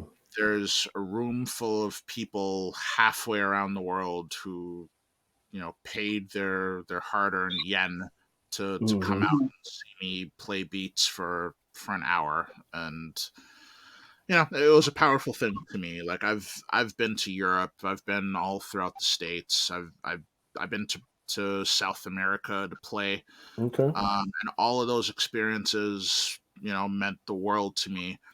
But Japan was kind of like that one mystical, super far away place that I just, frankly, I never thought I'd ever get to until I got there. Um, so, and I don't know. The interesting thing with it is that, when I look back at it now, it's, I think I attached a lot of my personal self worth to sort of uh feeling wanted, you know. Like, it was important for me that Japan wanted me to be there. It meant a lot to me that Germany or France wanted me to be there. Um when, objectively, it kind of comes down to a dollars and cents thing. It's, Mhm. a plane ticket across the world is not cheap. No. And and and if not for the cost of a plane ticket, I mean, there's promoters all across the world who I know would be happy to have me. So in retrospect, it would have been dumb of me, I think, to pack up and just call it a career over not being flown out to Japan. But that's kind of where I was in 2016. I mean, in retrospect now, it's like, the world is slowly opening up again. And if I, my new goal now is going to South Korea, Okay. but Good instead place. of Seoul, yeah, I've always wanted to go there. But Okay. now, instead of saying, I got to make sure that I'm there before I hit 40, otherwise I'm quitting music. Now I'm kind of just like, well, you know, whenever I find someone who's prepared to let me play in front of a crowd, like, fuck it, I'll fly myself there, because I'm more interested in just seeing an interesting place and getting inspired by the trip versus um just checking off a bucket list thing just to be able to say that, I someone flew me out there, you know. So Well, it's a different in mentality. And you know i I look at trips around the world more under the guise of, these are really cool, interesting looking places that I can go to and get inspired and feel even more juice to make music, versus, you know, just trying to sort of pat my own uh like my own ego of feeling like I'm a bigger deal than maybe I really am. You know what I mean? Hey, absolutely. I have a question, Eloquent. Going back to the Japan thing, just curious. Are you a sushi head? Did you have sushi there? I did. Did No. you do omakase or whatever you wanted to say? But I just want to know: did you do omakase chef choice and visit Mr. Jiro? Jiro dreams of sushi. I didn't do the Jiro thing. Um I was actually never a huge sushi guy until, I mean, relatively recently. I sort of fell into it later, and like, I'd be having like sushi cravings randomly. That's how I know it's real. But my trip to Japan was actually really, really short, which is kind of the funny thing too. Like, I got on a 14-hour flight to go there, and I was in the city. I was in Tokyo literally for 48 hours.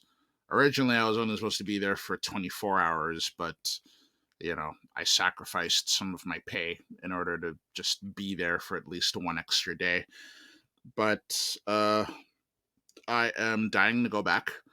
As Tokyo is a really cool, really interesting place, but it's impossible to soak it all in 48 hours. I mean, I wanted to go to the Jazzy Sport record store. I Mhm. wanted to go to an arcade there. I wanted to go check out a New Japan Pro Wrestling event. Okay. Uh, All I right. wanted to do like 800 things there, and all I really The had hot enough time to do. springs. Yeah, but all I really had time to do was go there. I played 2 shows.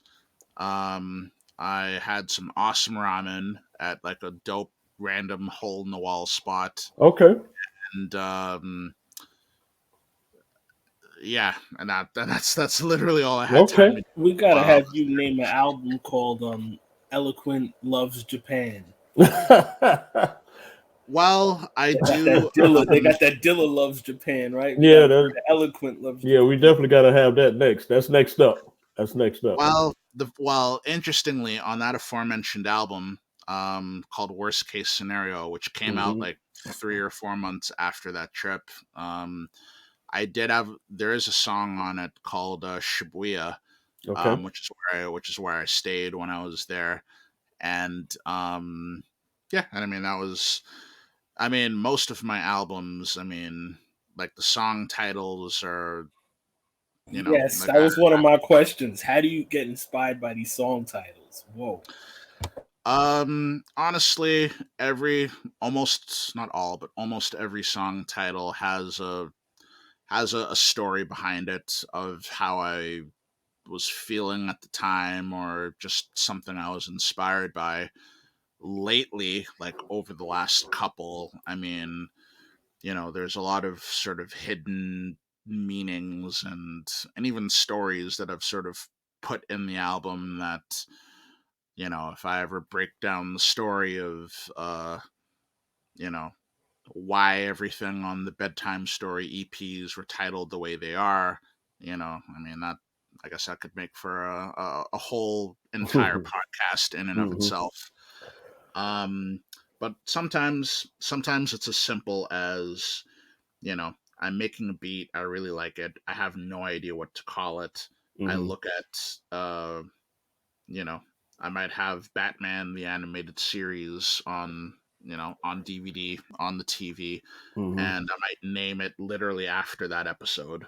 Okay. Um, I might name it after a skate trick that I just saw on YouTube five Okay. minutes before I finished it, nollie flip. Hmm. I might have just broken up with a girl and felt some sort of way about it, and Mhm. we'll name it something that's sort of an inside thing that only me and said girl know about. Okay. So Okay. I'm a very sort of hard on my sleeve sort of guy in that regard, Mhm. and I never like to just pick a random name out of a hat and call it that. It's usually directly a result of something I was feeling, or something that I was literally doing or watching at the time that I did it. But in the scope of a full project or an album, and and I feel like it's a little bit of a Sure. lost art, because Okay. people listen to albums that come out on Spotify, and they listen to them on shuffle, which drives Mhm. me crazy. Like I put a lot of time and thought into not just the track listing, but the track order and the specific names of the tracks. They all have a meaning and they all serve a purpose. But Okay. it's one of those things where it means a lot to me. But, Mhm. you know, Joe, Joe Smith off of the street has no idea why I named a song uh, Mad Love or whatever, for example. Okay. He just hears a cool song and it sounds really interesting, and that's all it means to him. But for me, Mhm.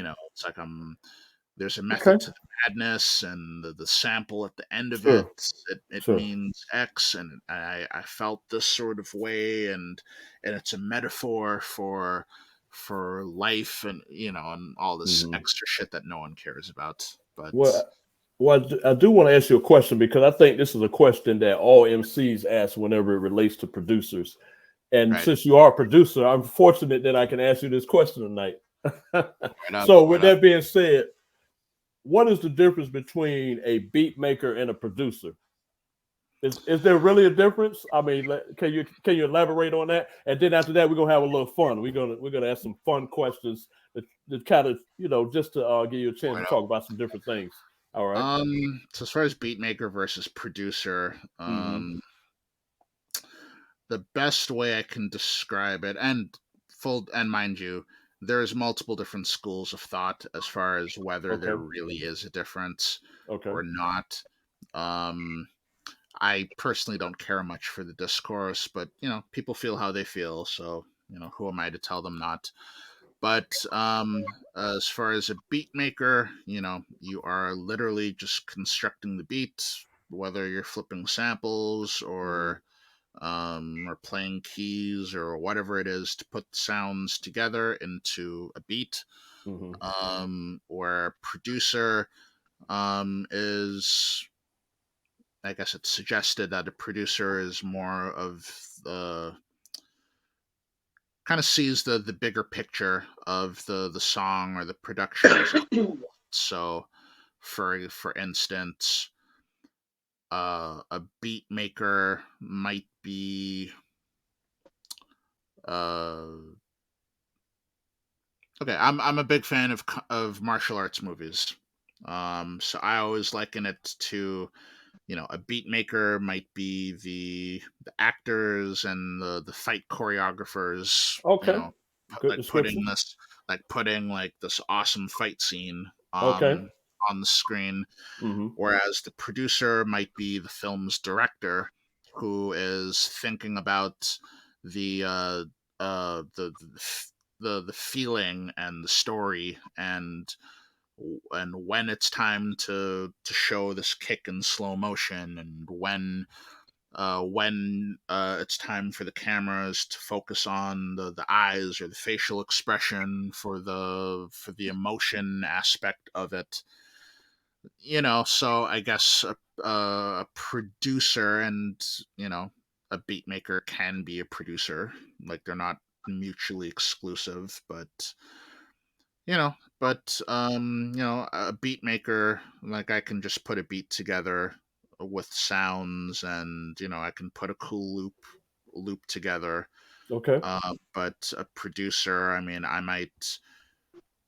producer might be in the room with the singer or a rapper, and is coaching them, and has like Mm-hmm. a full vision of the song, not just the beat. But Okay. So would you? so that, I guess, there's beat makers, or like myself, for example, Mm-hmm. and a guy like Quincy Jones, even though he certainly knows how to play all the instruments, Mm-hmm. and he's an amazing just musician in and of itself. Okay. I'm sure when he's quote unquote producing records for Michael Jackson, I Mm-hmm. don't know if he's actually in the studio with his guitar and with his keyboards putting the sounds together, Okay. but I think he's assisting in the songwriting process as far as the music, and Okay. making sure that Michael is punching in when he's supposed to, and Mm-hmm. maybe he's making sure that the string stabs come at the climax or the apex of the song, stuff like that. Okay. Well, let me. So that is, from my understanding, Okay. the difference. But depending on who you ask, Mm-hmm. if I appreciate you. Mm-hmm. but depending on who you ask, That's true. if you put the beat together, you're the producer. Okay. You know, I've definitely gotten I've definitely gotten credited Mm-hmm. as a producer, Okay. while having never been in the same room as the artist before, Okay. and I don't think that I don't deserve the credit for it. Okay. Like, fuck your life. I produced the beat. All right, So, that's right. Tell them, fuck your life. I produced the beat. That's your right. life. I produced the Cut beat. the check. Cut the Fuck check. your life. Cut the check, goddammit. Right. Fuck your life. Well, let me. Because frankly, without the beat, Mhm. there's no song. True. So one Very doesn't true. exist without the other. So Well, so let's- I've always been more of the opinion that Mhm. even though if you want to be technical, there's a difference there, but Mhm. most beat makers, at least most of the ones I know, who can really cook like that, are Okay. certainly comfortable producing as well.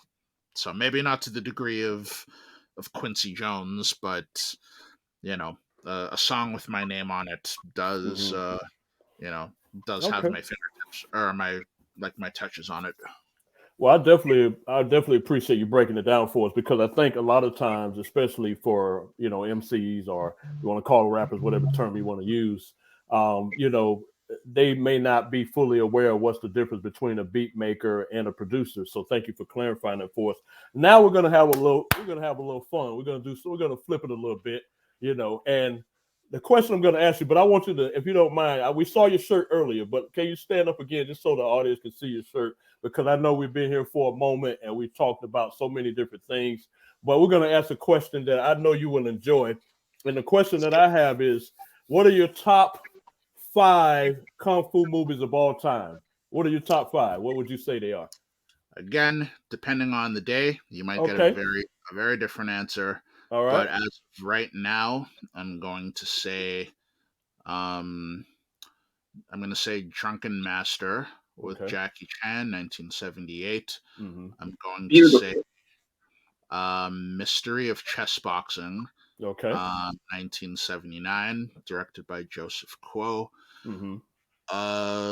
Number 3, I'm going to say Iron Monkey, 1993, directed by Yuen Wu Ping.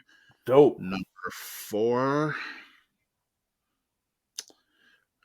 4, I'm going to say Yip Man. Okay. Yip Man 1, Mm-hmm. directed by Wilson Yip, another Donnie Yen classic. And number 5. Ooh, boy. Number five. I'm going to say Jackie Chan Police Story, 1985. Okay. One of those, yeah. Now, if you ask me, hell, even 10 minutes later, I'm Okay. I'm pretty confident Okay. Drunken Master is the only one out of those 5 that I'm confident will stay on that list. But Okay. yeah, those 5 slap. Those 5 Okay. are crazy. All right, dope. What about your top 5 video games of the 90s and 2000? What are those? Which ones would you say are your top 5 in that time frame? We're not doing them in order, are we? Or just No, you don't have to do them in order. Just based on what you remember. Mortal Kombat 2. Oh yeah. Yeah, MK2 for sure. Okay. Jet Set Radio on the Mhm. Dreamcast. Love that. Fucking love that game. This one's kind of cheating a little bit All right. because You can cheat tonight. We'll let you get a pass. You can cheat tonight. You can cheat tonight on Powaful Impact. You can cheat. we're gonna cheat. We're gonna cheat All a little right. bit, All but right. I'm gonna say, and the reason it's cheating is while the game did come out in the 90s, Mhm. I actually didn't play it for the first time until the pandemic began. Okay. But Chrono Trigger on the Super Nintendo, like unbelievable game. Love that shit to death. Okay. I'm going to say for the 4th. I think I'm going to say Super Mario. Wait, no. Mhm. I'd say Super Mario Brothers 3 on the Nintendo, but I feel like that came out in the late 80s. Yeah, I think you're right. I think you're right. Yeah. Okay, so Yeah. I'll scratch Yeah. that. I'm going to say Super Metroid Okay. Good on game. Super Nintendo. And lastly,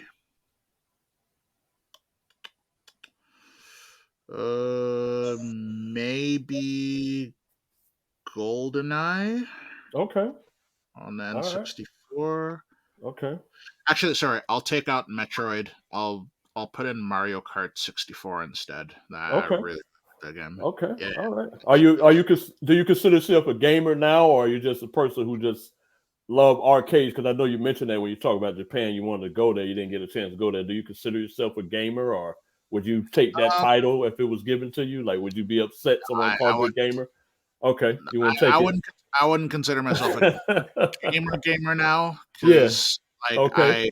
most of the games that I play now, like Hmm. I'm big like I'm a bigger like retro gamer. Like I got like Okay. emulator systems and so forth. Okay. I love going back and playing old school Hmm. PS1, Oh yeah. N64, Dreamcast, Super Nintendo, like the whole 16-bit Okay. and 8-bit era. I mean, that shit's fire. But Hmm. if someone asks me, yo, Eloquent, you've have you played the new Cyberpunk 2077? Like, no, Yeah, you you know. know, yeah. My son, he's younger than I am. Of course, well, he's my son, but my son, he likes to play those games where, it's too complicated for me. That's why I can never be a gamer. I'm an old Atari guy. Like I want two buttons. I want that joystick and them two buttons that they used to have on there. All of these that press L, R, and X, Y, Z. I can't do. It's too complicated. I mean, maybe that's why I never became a producer. I can't deal with all these different buttons and Well, everything. Like it's simple. So, but well, it's like I do yeah, own like I own a Nintendo Switch. Like okay. I have an Xbox One. Hmm. The thing is that like I love Smash Brothers, and Okay. Mario Odyssey is a banger of a game. And Okay. like growing up, I was always a portable game guy. So while Hmm. everyone was obsessing over like Super Nintendo and shit, I had a Game Boy, and I love that Okay. shit to death. Okay. Yeah, so I mean, I still play some games now, but I'm not deep into games where I can have sophisticated conversations with, hey, did you beat Resident Evil Hmm. 8? Like, well, I just beat Resident Evil 2 on Hmm. PlayStation 1 that came out 20 years ago for the first Sure. time the other day. You know what Sure. I mean? So, Okay. Okay. so if nowadays it's mostly I mean, if it isn't like a retro game, Hmm. um like I'm a huge Batman guy. Well, we, um we we get ready to go there next. You actually was right. taking me to But my next question. All right. right. But as far Yeah. but again, like the Yeah. whole reason I own an Xbox One is Hmm. because Batman Arkham Knight came out, Oh and I'm yeah. like, It's I dope. literally bought the system for that game, Hmm. you know. So right now, that game and the two or three others aside, Okay. like, I have phases where I get into Madden or Hmm. 2K, Okay. but for the most part, my Xbox operates as a Netflix machine or like a Okay. YouTube machine. Like Okay. I don't play the purpose it was Well, designed for. well, as for me, I'm sticking with the Atari games because I cannot keep up with these new games. So that's for you guys. I let my son teach me when I'm ready. I'm too old. I'm too old for them. But Yeah, I yeah, stopped at Centipede. yeah. I still remember. I remember Galaxy and Pac-Man. That's what I'm Yeah, on. I'm on that. Centipede, Millipede, that was it. I'm on NEP, On Space Millipede, Invaders, Centipede, NEP. I'm on for all of that. But Space Invaders, oh that was yeah, the yeah. jam Now, back in now you're talking. the day. Now you're talking. Now see, there we go. There we go. Now you're coming back to my era. Okay, Say word, but We say a word. long way from Pong. yes, we are.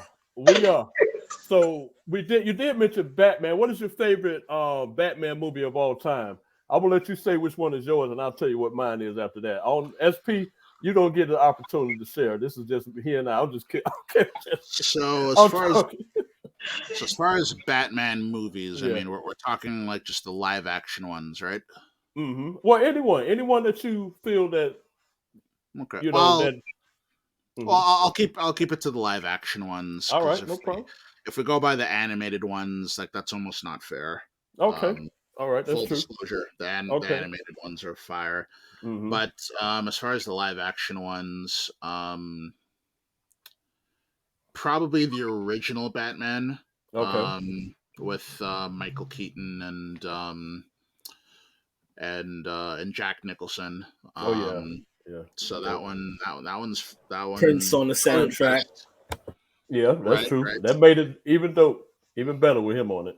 Yeah. But it's like I think most people would say the Dark Knight, and and Heath Ledger was fire in it, but like I don't know, those Christopher Nolan Batman movies kind of annoyed me more over the years the more that I watched them. And Okay. I don't know what it is about it. Maybe it's I don't know, maybe it's Christian Bale's annoying ass Batman voice. Well, you didn't like his voice? Yeah. Sound like the Hulk, Well, right? okay. Now again, like Yeah, I I'm got big you. I'm big into Batman, and in Mhm. particular my fandom began with the animated series of the 90s. Like Mhm. that's my favorite show, that's my favorite cartoon of all Mhm. time. And in the show, you know, Batman, like Bruce Wayne's regular voice is actually like deep and raspy, Mhm. and when he has to be Bruce Wayne, just like a regular ass dude, that's when he kind of turns it up and kind of talks like a dork, in order Mhm. to sort of like throw people off. Mhm. But in the Nolan movies, they kind of did it the other way around, I see. where he talks like a regular guy, but when he puts on the costume, then he's trying to force the voice, and Mhm. it like it's very petty, but it bothers the hell out of me, and it Mhm. didn't until like I think I watched a review or someone brought it up, Mhm. and when someone brings it up, You now I can't can't let it go. unsee it. I can't Mhm. unsee it now, and now it's to the point it's ruining it. But objectively, they're very good movies though. But Okay. yeah, Okay. I'd say the OG Batman. Are you interested in the new one that's getting ready to come out soon? I got another one, I think Robert Pattinson that's coming out. Are you going to be Yeah, looking forward to that? Or I am. I mean, I've got some questions about some of some of the I guess artistic direction of okay. it.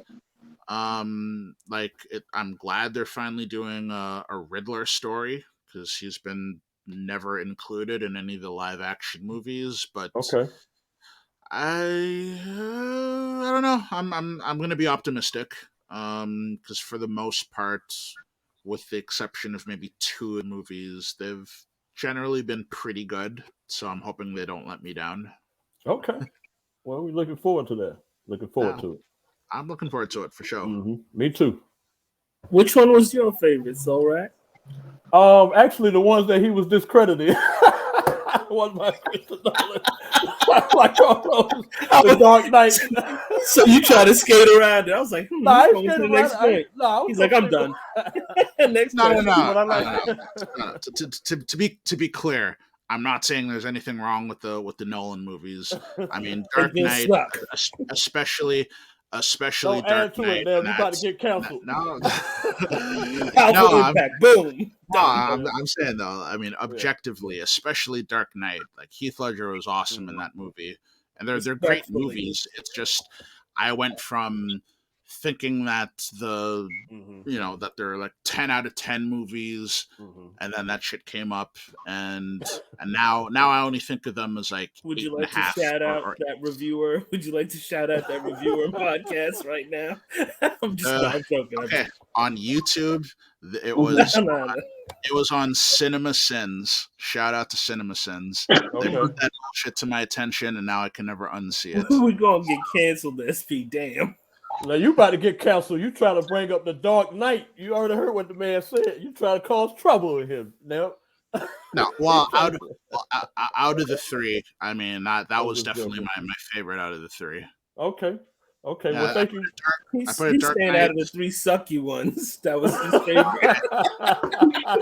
I'm just playing. No, we Dark having Knight, fun. We having fun. We just then doing it. Batman Begins, and then Mhm. I think Dark Knight Rises. They're still Yeah. a million times better than what was it, Mhm. Batman Forever, trash, and like Batman and Robin, like offends my sensibilities. Eloquent. So I can't wait when this comes out. The comment section, we're gonna disable it. on this episode. Yeah, you can't talk about Batman. We're gonna have some. But honestly, yeah. it all comes from a place of love and deep rooted admiration. You know Mhm. what I'm saying? Respectfully. I haven't watched Batman since the first one. And there's SP. Boom. The I'm a Batman hater. loyalist. The Batman hater. No. Once you change the characters, I'm out. I haven't watched Spider-Man. I haven't watched Spider-Man since Tobey Maguire. Oh no, you didn't. You didn't go Yeah, there. once you change the actors, I'm done. This We I'm gotta- through. episode is going to I don't get want to see no more. strike.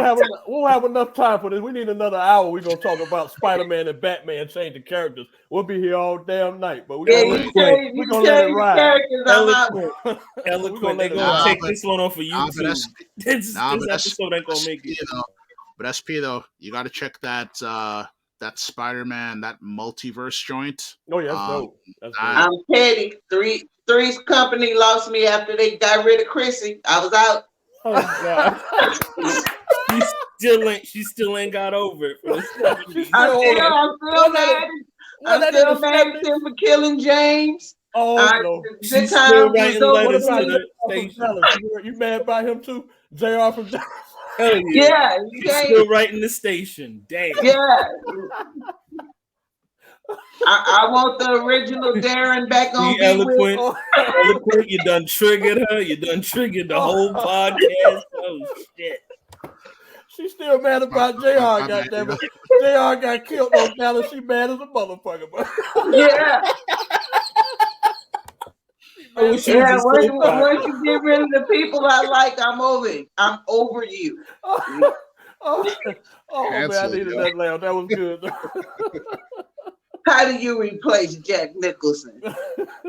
Shame on He was such a happy murderer. Just got a point. Yeah. That's cool. How you go from being a happy murderer to such darkness? Well, in their defense, I guess it's kind of like in the comics, there's multiple different like universes and like adaptations of it. So I like to look at it as, outside in a different continuity. That's how I justify it anyways. But like I always think it's whack when within the same sort of continuity and series, when they change the main actors, then that's when you've automatically lost me, because it's like you're continuing the same story, but you're doing it with completely different faces. Yeah, I'm out. I'm out. I can't wait till Eloquent starts his movie review podcast. Oh yeah, I know it. We're gonna be here. Yeah, we're gonna be. I'm ready. I'm with it. I'm with it, yo. Yeah. Yeah. So name the three of the most influential people in your life that made a powerful impact on either your career or personally. Three. Sheesh. I would say my dad, first and foremost. He's always believed in me, and when you tell immigrant parents that you're trying to chase a music dream instead of like going to law school or whatever sort of hefty goals that they have for you, it's very easy for a lot of them to sort of just dismiss it or just like, oh, this is just a phase he's going through. But like he asks me how my music career is going. Like he reads my interviews. I mean, whenever this drops, I don't even have to send him the link. He'll eventually catch it and watch it for himself, and he'll bring it up later. And it doesn't seem like that big of a deal, because I mean, he doesn't he's not into hip hop like that, but he's interested in what I do, and that's and that always meant a lot to me. And despite uh, you know his, and I think part of the reason the Japan thing was a big deal for me was my dad, through his work, has traveled all around the world, and it's kind of a neat little parallel of following in his footsteps and having my work or my passion take me around the world, even though his thing was teaching and mine was through music. So Mhm. I've always been especially motivated and inspired by just his support and just how he's lived his life. Um, my older brother, he's the reason I even got into hip hop. If it wasn't for those Rhapsody VHSs that he was making, I mean, who knows? I might have been into like new metal rock. Mhm. I don't know. Um, Otherwise, there's definitely like teachers and um, just cool people I've met along the line. We'd brought up the homie DiBiase before. Mhm. Um, so I think being a producer is tough when you're on the come up, because everyone is usually very overprotective. Not so much now, because YouTube, like people streaming themselves, Mhm. making beats and showing you their process and the samples they're flipping. That's a thing that's pervasive now. But back then, everyone, for the most part, was really secretive about how they made beats, because I think a lot of producers were very insecure, or they just wanted to keep their process and everything close to the vest, because they didn't want anyone to bite, or they didn't want anyone to sort of replicate their sauce that got them to where they are. And DB was one of the first dudes that like I reached out to for feedback and advice, and for someone like himself, who in his you know LA or Cali roots is very Mhm. much a legend in his regard. um he never did any of that Hollywood bullshit with me. you know like, he wasn't scared to actually give me advice, or tell me how he did whatever he did. And like, he I don't know if he knows that he was sort of like my mentor, but Mhm. but really, and again, coming from a small city and not too many people did who do what I do. um Apart from like the one local guy, I mean, he was basically like my mentor, and he put me up on game, and I kind of just learned a lot through him. um and even to this day, I mean, the stuff that he does with samplers and software and equipment, and he's in a position now where he literally teaches people. I think he kind of does that partially for a living. That shit's always been really inspiring to me. And it's always a really cool thing when someone you really look up to, or someone you consider a hero, becomes like your homie. And and we talk almost every day, and we have conversations outside of music.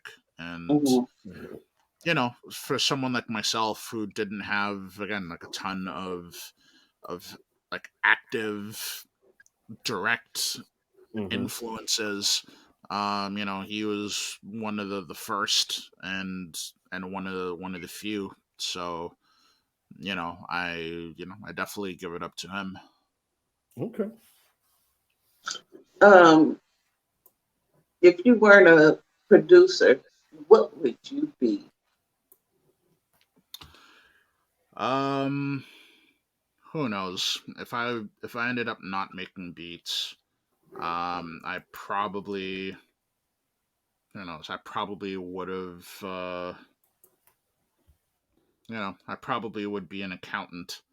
Uh, not for real. I went to university on an accounting like I went to school originally for accounting, Mhm. and I mean I flunked out of it, out of that program. I did graduate, but I flunked out of that program in part because instead of you know studying like crazy first year and really learning how those income statements and that boring math shit worked. Like I was literally, pulling up to like my lectures with like my laptop, and I was making beats in the lecture hall. And I mean, probably not the best way to stay motivated on what you're doing, but if I wasn't making beats, who knows? I might have paid better attention, and I might have actually ended up going all the way, uh, with the degree. But honestly, I mean, I say that only half jokingly. I have no idea what I'd be doing, Mhm. because like I don't, making music in some capacity, whether it's in a full time capacity or not, was always something that I knew I was going to be doing. So whether you know whether I'd ever make money from it or get placements or travel or tour or anything, if my if I get if this podcast drops or this YouTube drops and people watch that Batman discussion and I get canceled and my career is over, well, okay, well, Yeah, I think I mean, you'll be okay. I'm still, I'm still going to be making music. I mean, Hmm. I'll be doing it for myself, if nothing else. And sort of going back to when I said I was thinking of quitting, I Hmm. mean, I, I was thinking of quitting Eloquent as a stage name and the whole process of releasing music publicly. I mean, I'd still be making beats just for myself, but it would only be myself and some of the homies who would ever really hear it. Hmm. I would have just evolved purely into hobby mode. So I can comfortably say music in some capacity would stay with me forever. Hmm. It's just a matter of whether you know, whether I'd ever get a check for for making a beat or releasing a song or an album or not. Okay. I think you found your purpose. And and I know SP said it earlier, even Neb, and I'm going to say it as well. Is that you're definitely a dope producer, and you're making Thank you. music that inspires us and help us through the time traffic, as well. But more importantly, you're shaping the culture, and you're making a difference. And that's why we have you on here, because you are making a powerful impact. That's why we wanted you here, because we see what you're doing for the culture as a whole. I just want to give you an opportunity. Are there any shout outs or projects you would like to promote at this time? We just want to give you an opportunity to share that, because you told us your story, but we want people to know about anything that you're doing right now, so that way they can check it out. Um. Uh. Geez, this is it's tricky because all right, I just finished a record and I turned it in, but until I actually get a release date, I feel like it would be irresponsible to Hmm. sort of promote something that I have no idea when it's going to come out. But Okay. I will say I got a project. It's going to come out. It's going to come out probably in spring, Okay. spring of 2022. But until then, I've got my hands involved in a lot of different cool things. As I mentioned earlier on the app, I got a joint on the new Euro Jurg record. Okay. So Mhm. it's called Spacebar. Comes out November 29th. So make sure y'all check that. But for anyone who is new to me, um, if you type my name in with an A, Yes. um, on Spotify or Apple Music or iTunes or whatever, or Bandcamp. I've got a pretty deep discography, ranging from 2008 all the way through to 2021. Most recently, I did an EP called Bedtime Stories 2. Okay. And I'm especially proud of that one. That's a lot of bad energy and overcoming it sort of went into that. So I definitely recommend you to check that out. Obviously, the lockdown has kept me put in the house, so I've barely left. But 2021 will be, or sorry, 2022, I should say. That's the year when I start getting back out on the road. I'm very eager to see many of your lovely faces again, in live show form. So we'll see what the future holds, but I'm looking forward to playing in a city near you. Yeah, and I just want to give you this one question because I feel that it needs to be asked, and then we're definitely gonna. What do you want to be remembered for most? For what do you want to be remembered for? I'll just leave it at that. If nothing else, like sure, being being remembered or recognized for for making good music, that's always great, but ultimately that doesn't even really matter. Whenever my time comes, whenever that is, I just hope to be remembered as someone who who really cared about everyone that I came in contact with, and and did everything that I could to help out or support or just be there for the people that I care about. So some of that might be through music, but yeah, like I said, I'm very much a heart on my sleeve type of guy, and I especially want I want the people who come after me to to be in a better position than I was on the come up, and not have to deal with a lot of the bullshit that frankly I've had to deal with on the come up. And if any advice or feedback or any discussion I have with anybody helps assist in that process, I think that something like that will be my defining moment, more so than whether I made a hot beat or not.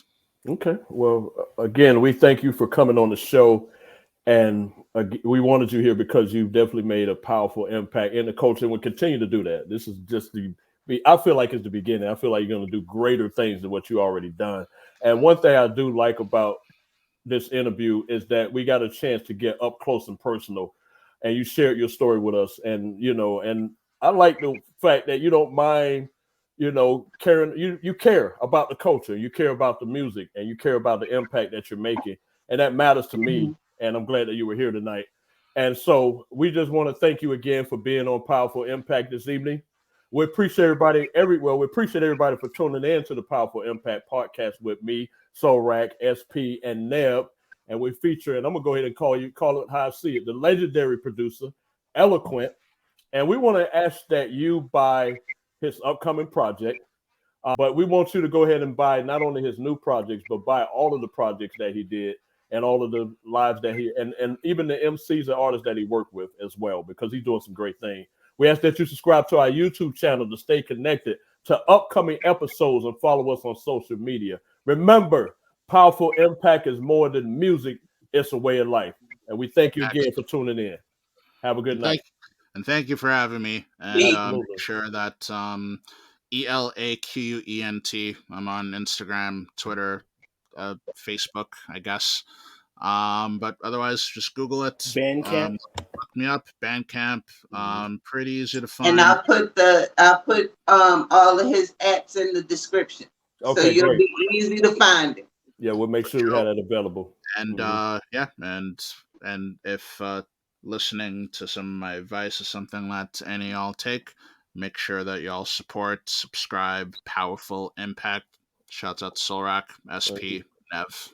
All right. Thank you so much. Thank you. And thank you for hanging out with us. I know it was for an extended time, but you had such a great story. We wanted to get all of it. So thank you for bearing with us. Like I said, Like I said, this wasn't an interview. This was a Exactly. conversation with the Exactly. homies. Exactly. So thank you again. And we would love to have you back if you have any new projects or any artists that you're working with, you want to showcase them on the show. And, I'm going to ask my partners, hopefully we all agree. We'll be glad to have you back at any projects you're working on. So I just want to put that invitation out now. Yeah. Anytime. 2022 or whenever, whenever the stars align. Yeah, I'd love to come back and like fight over Batman some more. Oh yeah, we hopefully we'll have a new movie soon, and we'll have something to fight over. But we can go back to the old ones too. Is the new one coming out next year? The new one's dropping? I think it is, but I'm not sure. I have to find out. I know they've been talking about it. We'll see. Trailers, it'll probably drop next year. I'm thinking it will. Eloquent gonna be on that soundtrack. I already know. That would be dope. That would be dope. But he be like, I hate that movie. But I'm on the soundtrack though. Them checks are nice. Go ahead and get paid. It don't matter if you like the movie, as long as you get Fuck the check. you. Cut the check. What was that before, Eloquent? Fuck you, pay me. Cut the check. We're gonna use that snip. It's gonna be a wrap, Eloquent. That's it. Drop it up. Word up. Well, have a wonderful night. Man. Thank you again for being with us, being patient with us, and hanging out with us. We really love this conversation, and we love what you're doing for the culture. Pleasure's all mine. Thank you again for having me. Thank you again. All right. Powaful Impak. Fuck you. Yeah. Pay me. Boom. Boom. I wear my heart on my sleeve. Fuck you. Pay me. Bye. Boom. Have a good night. All right. Have a good one. Peace.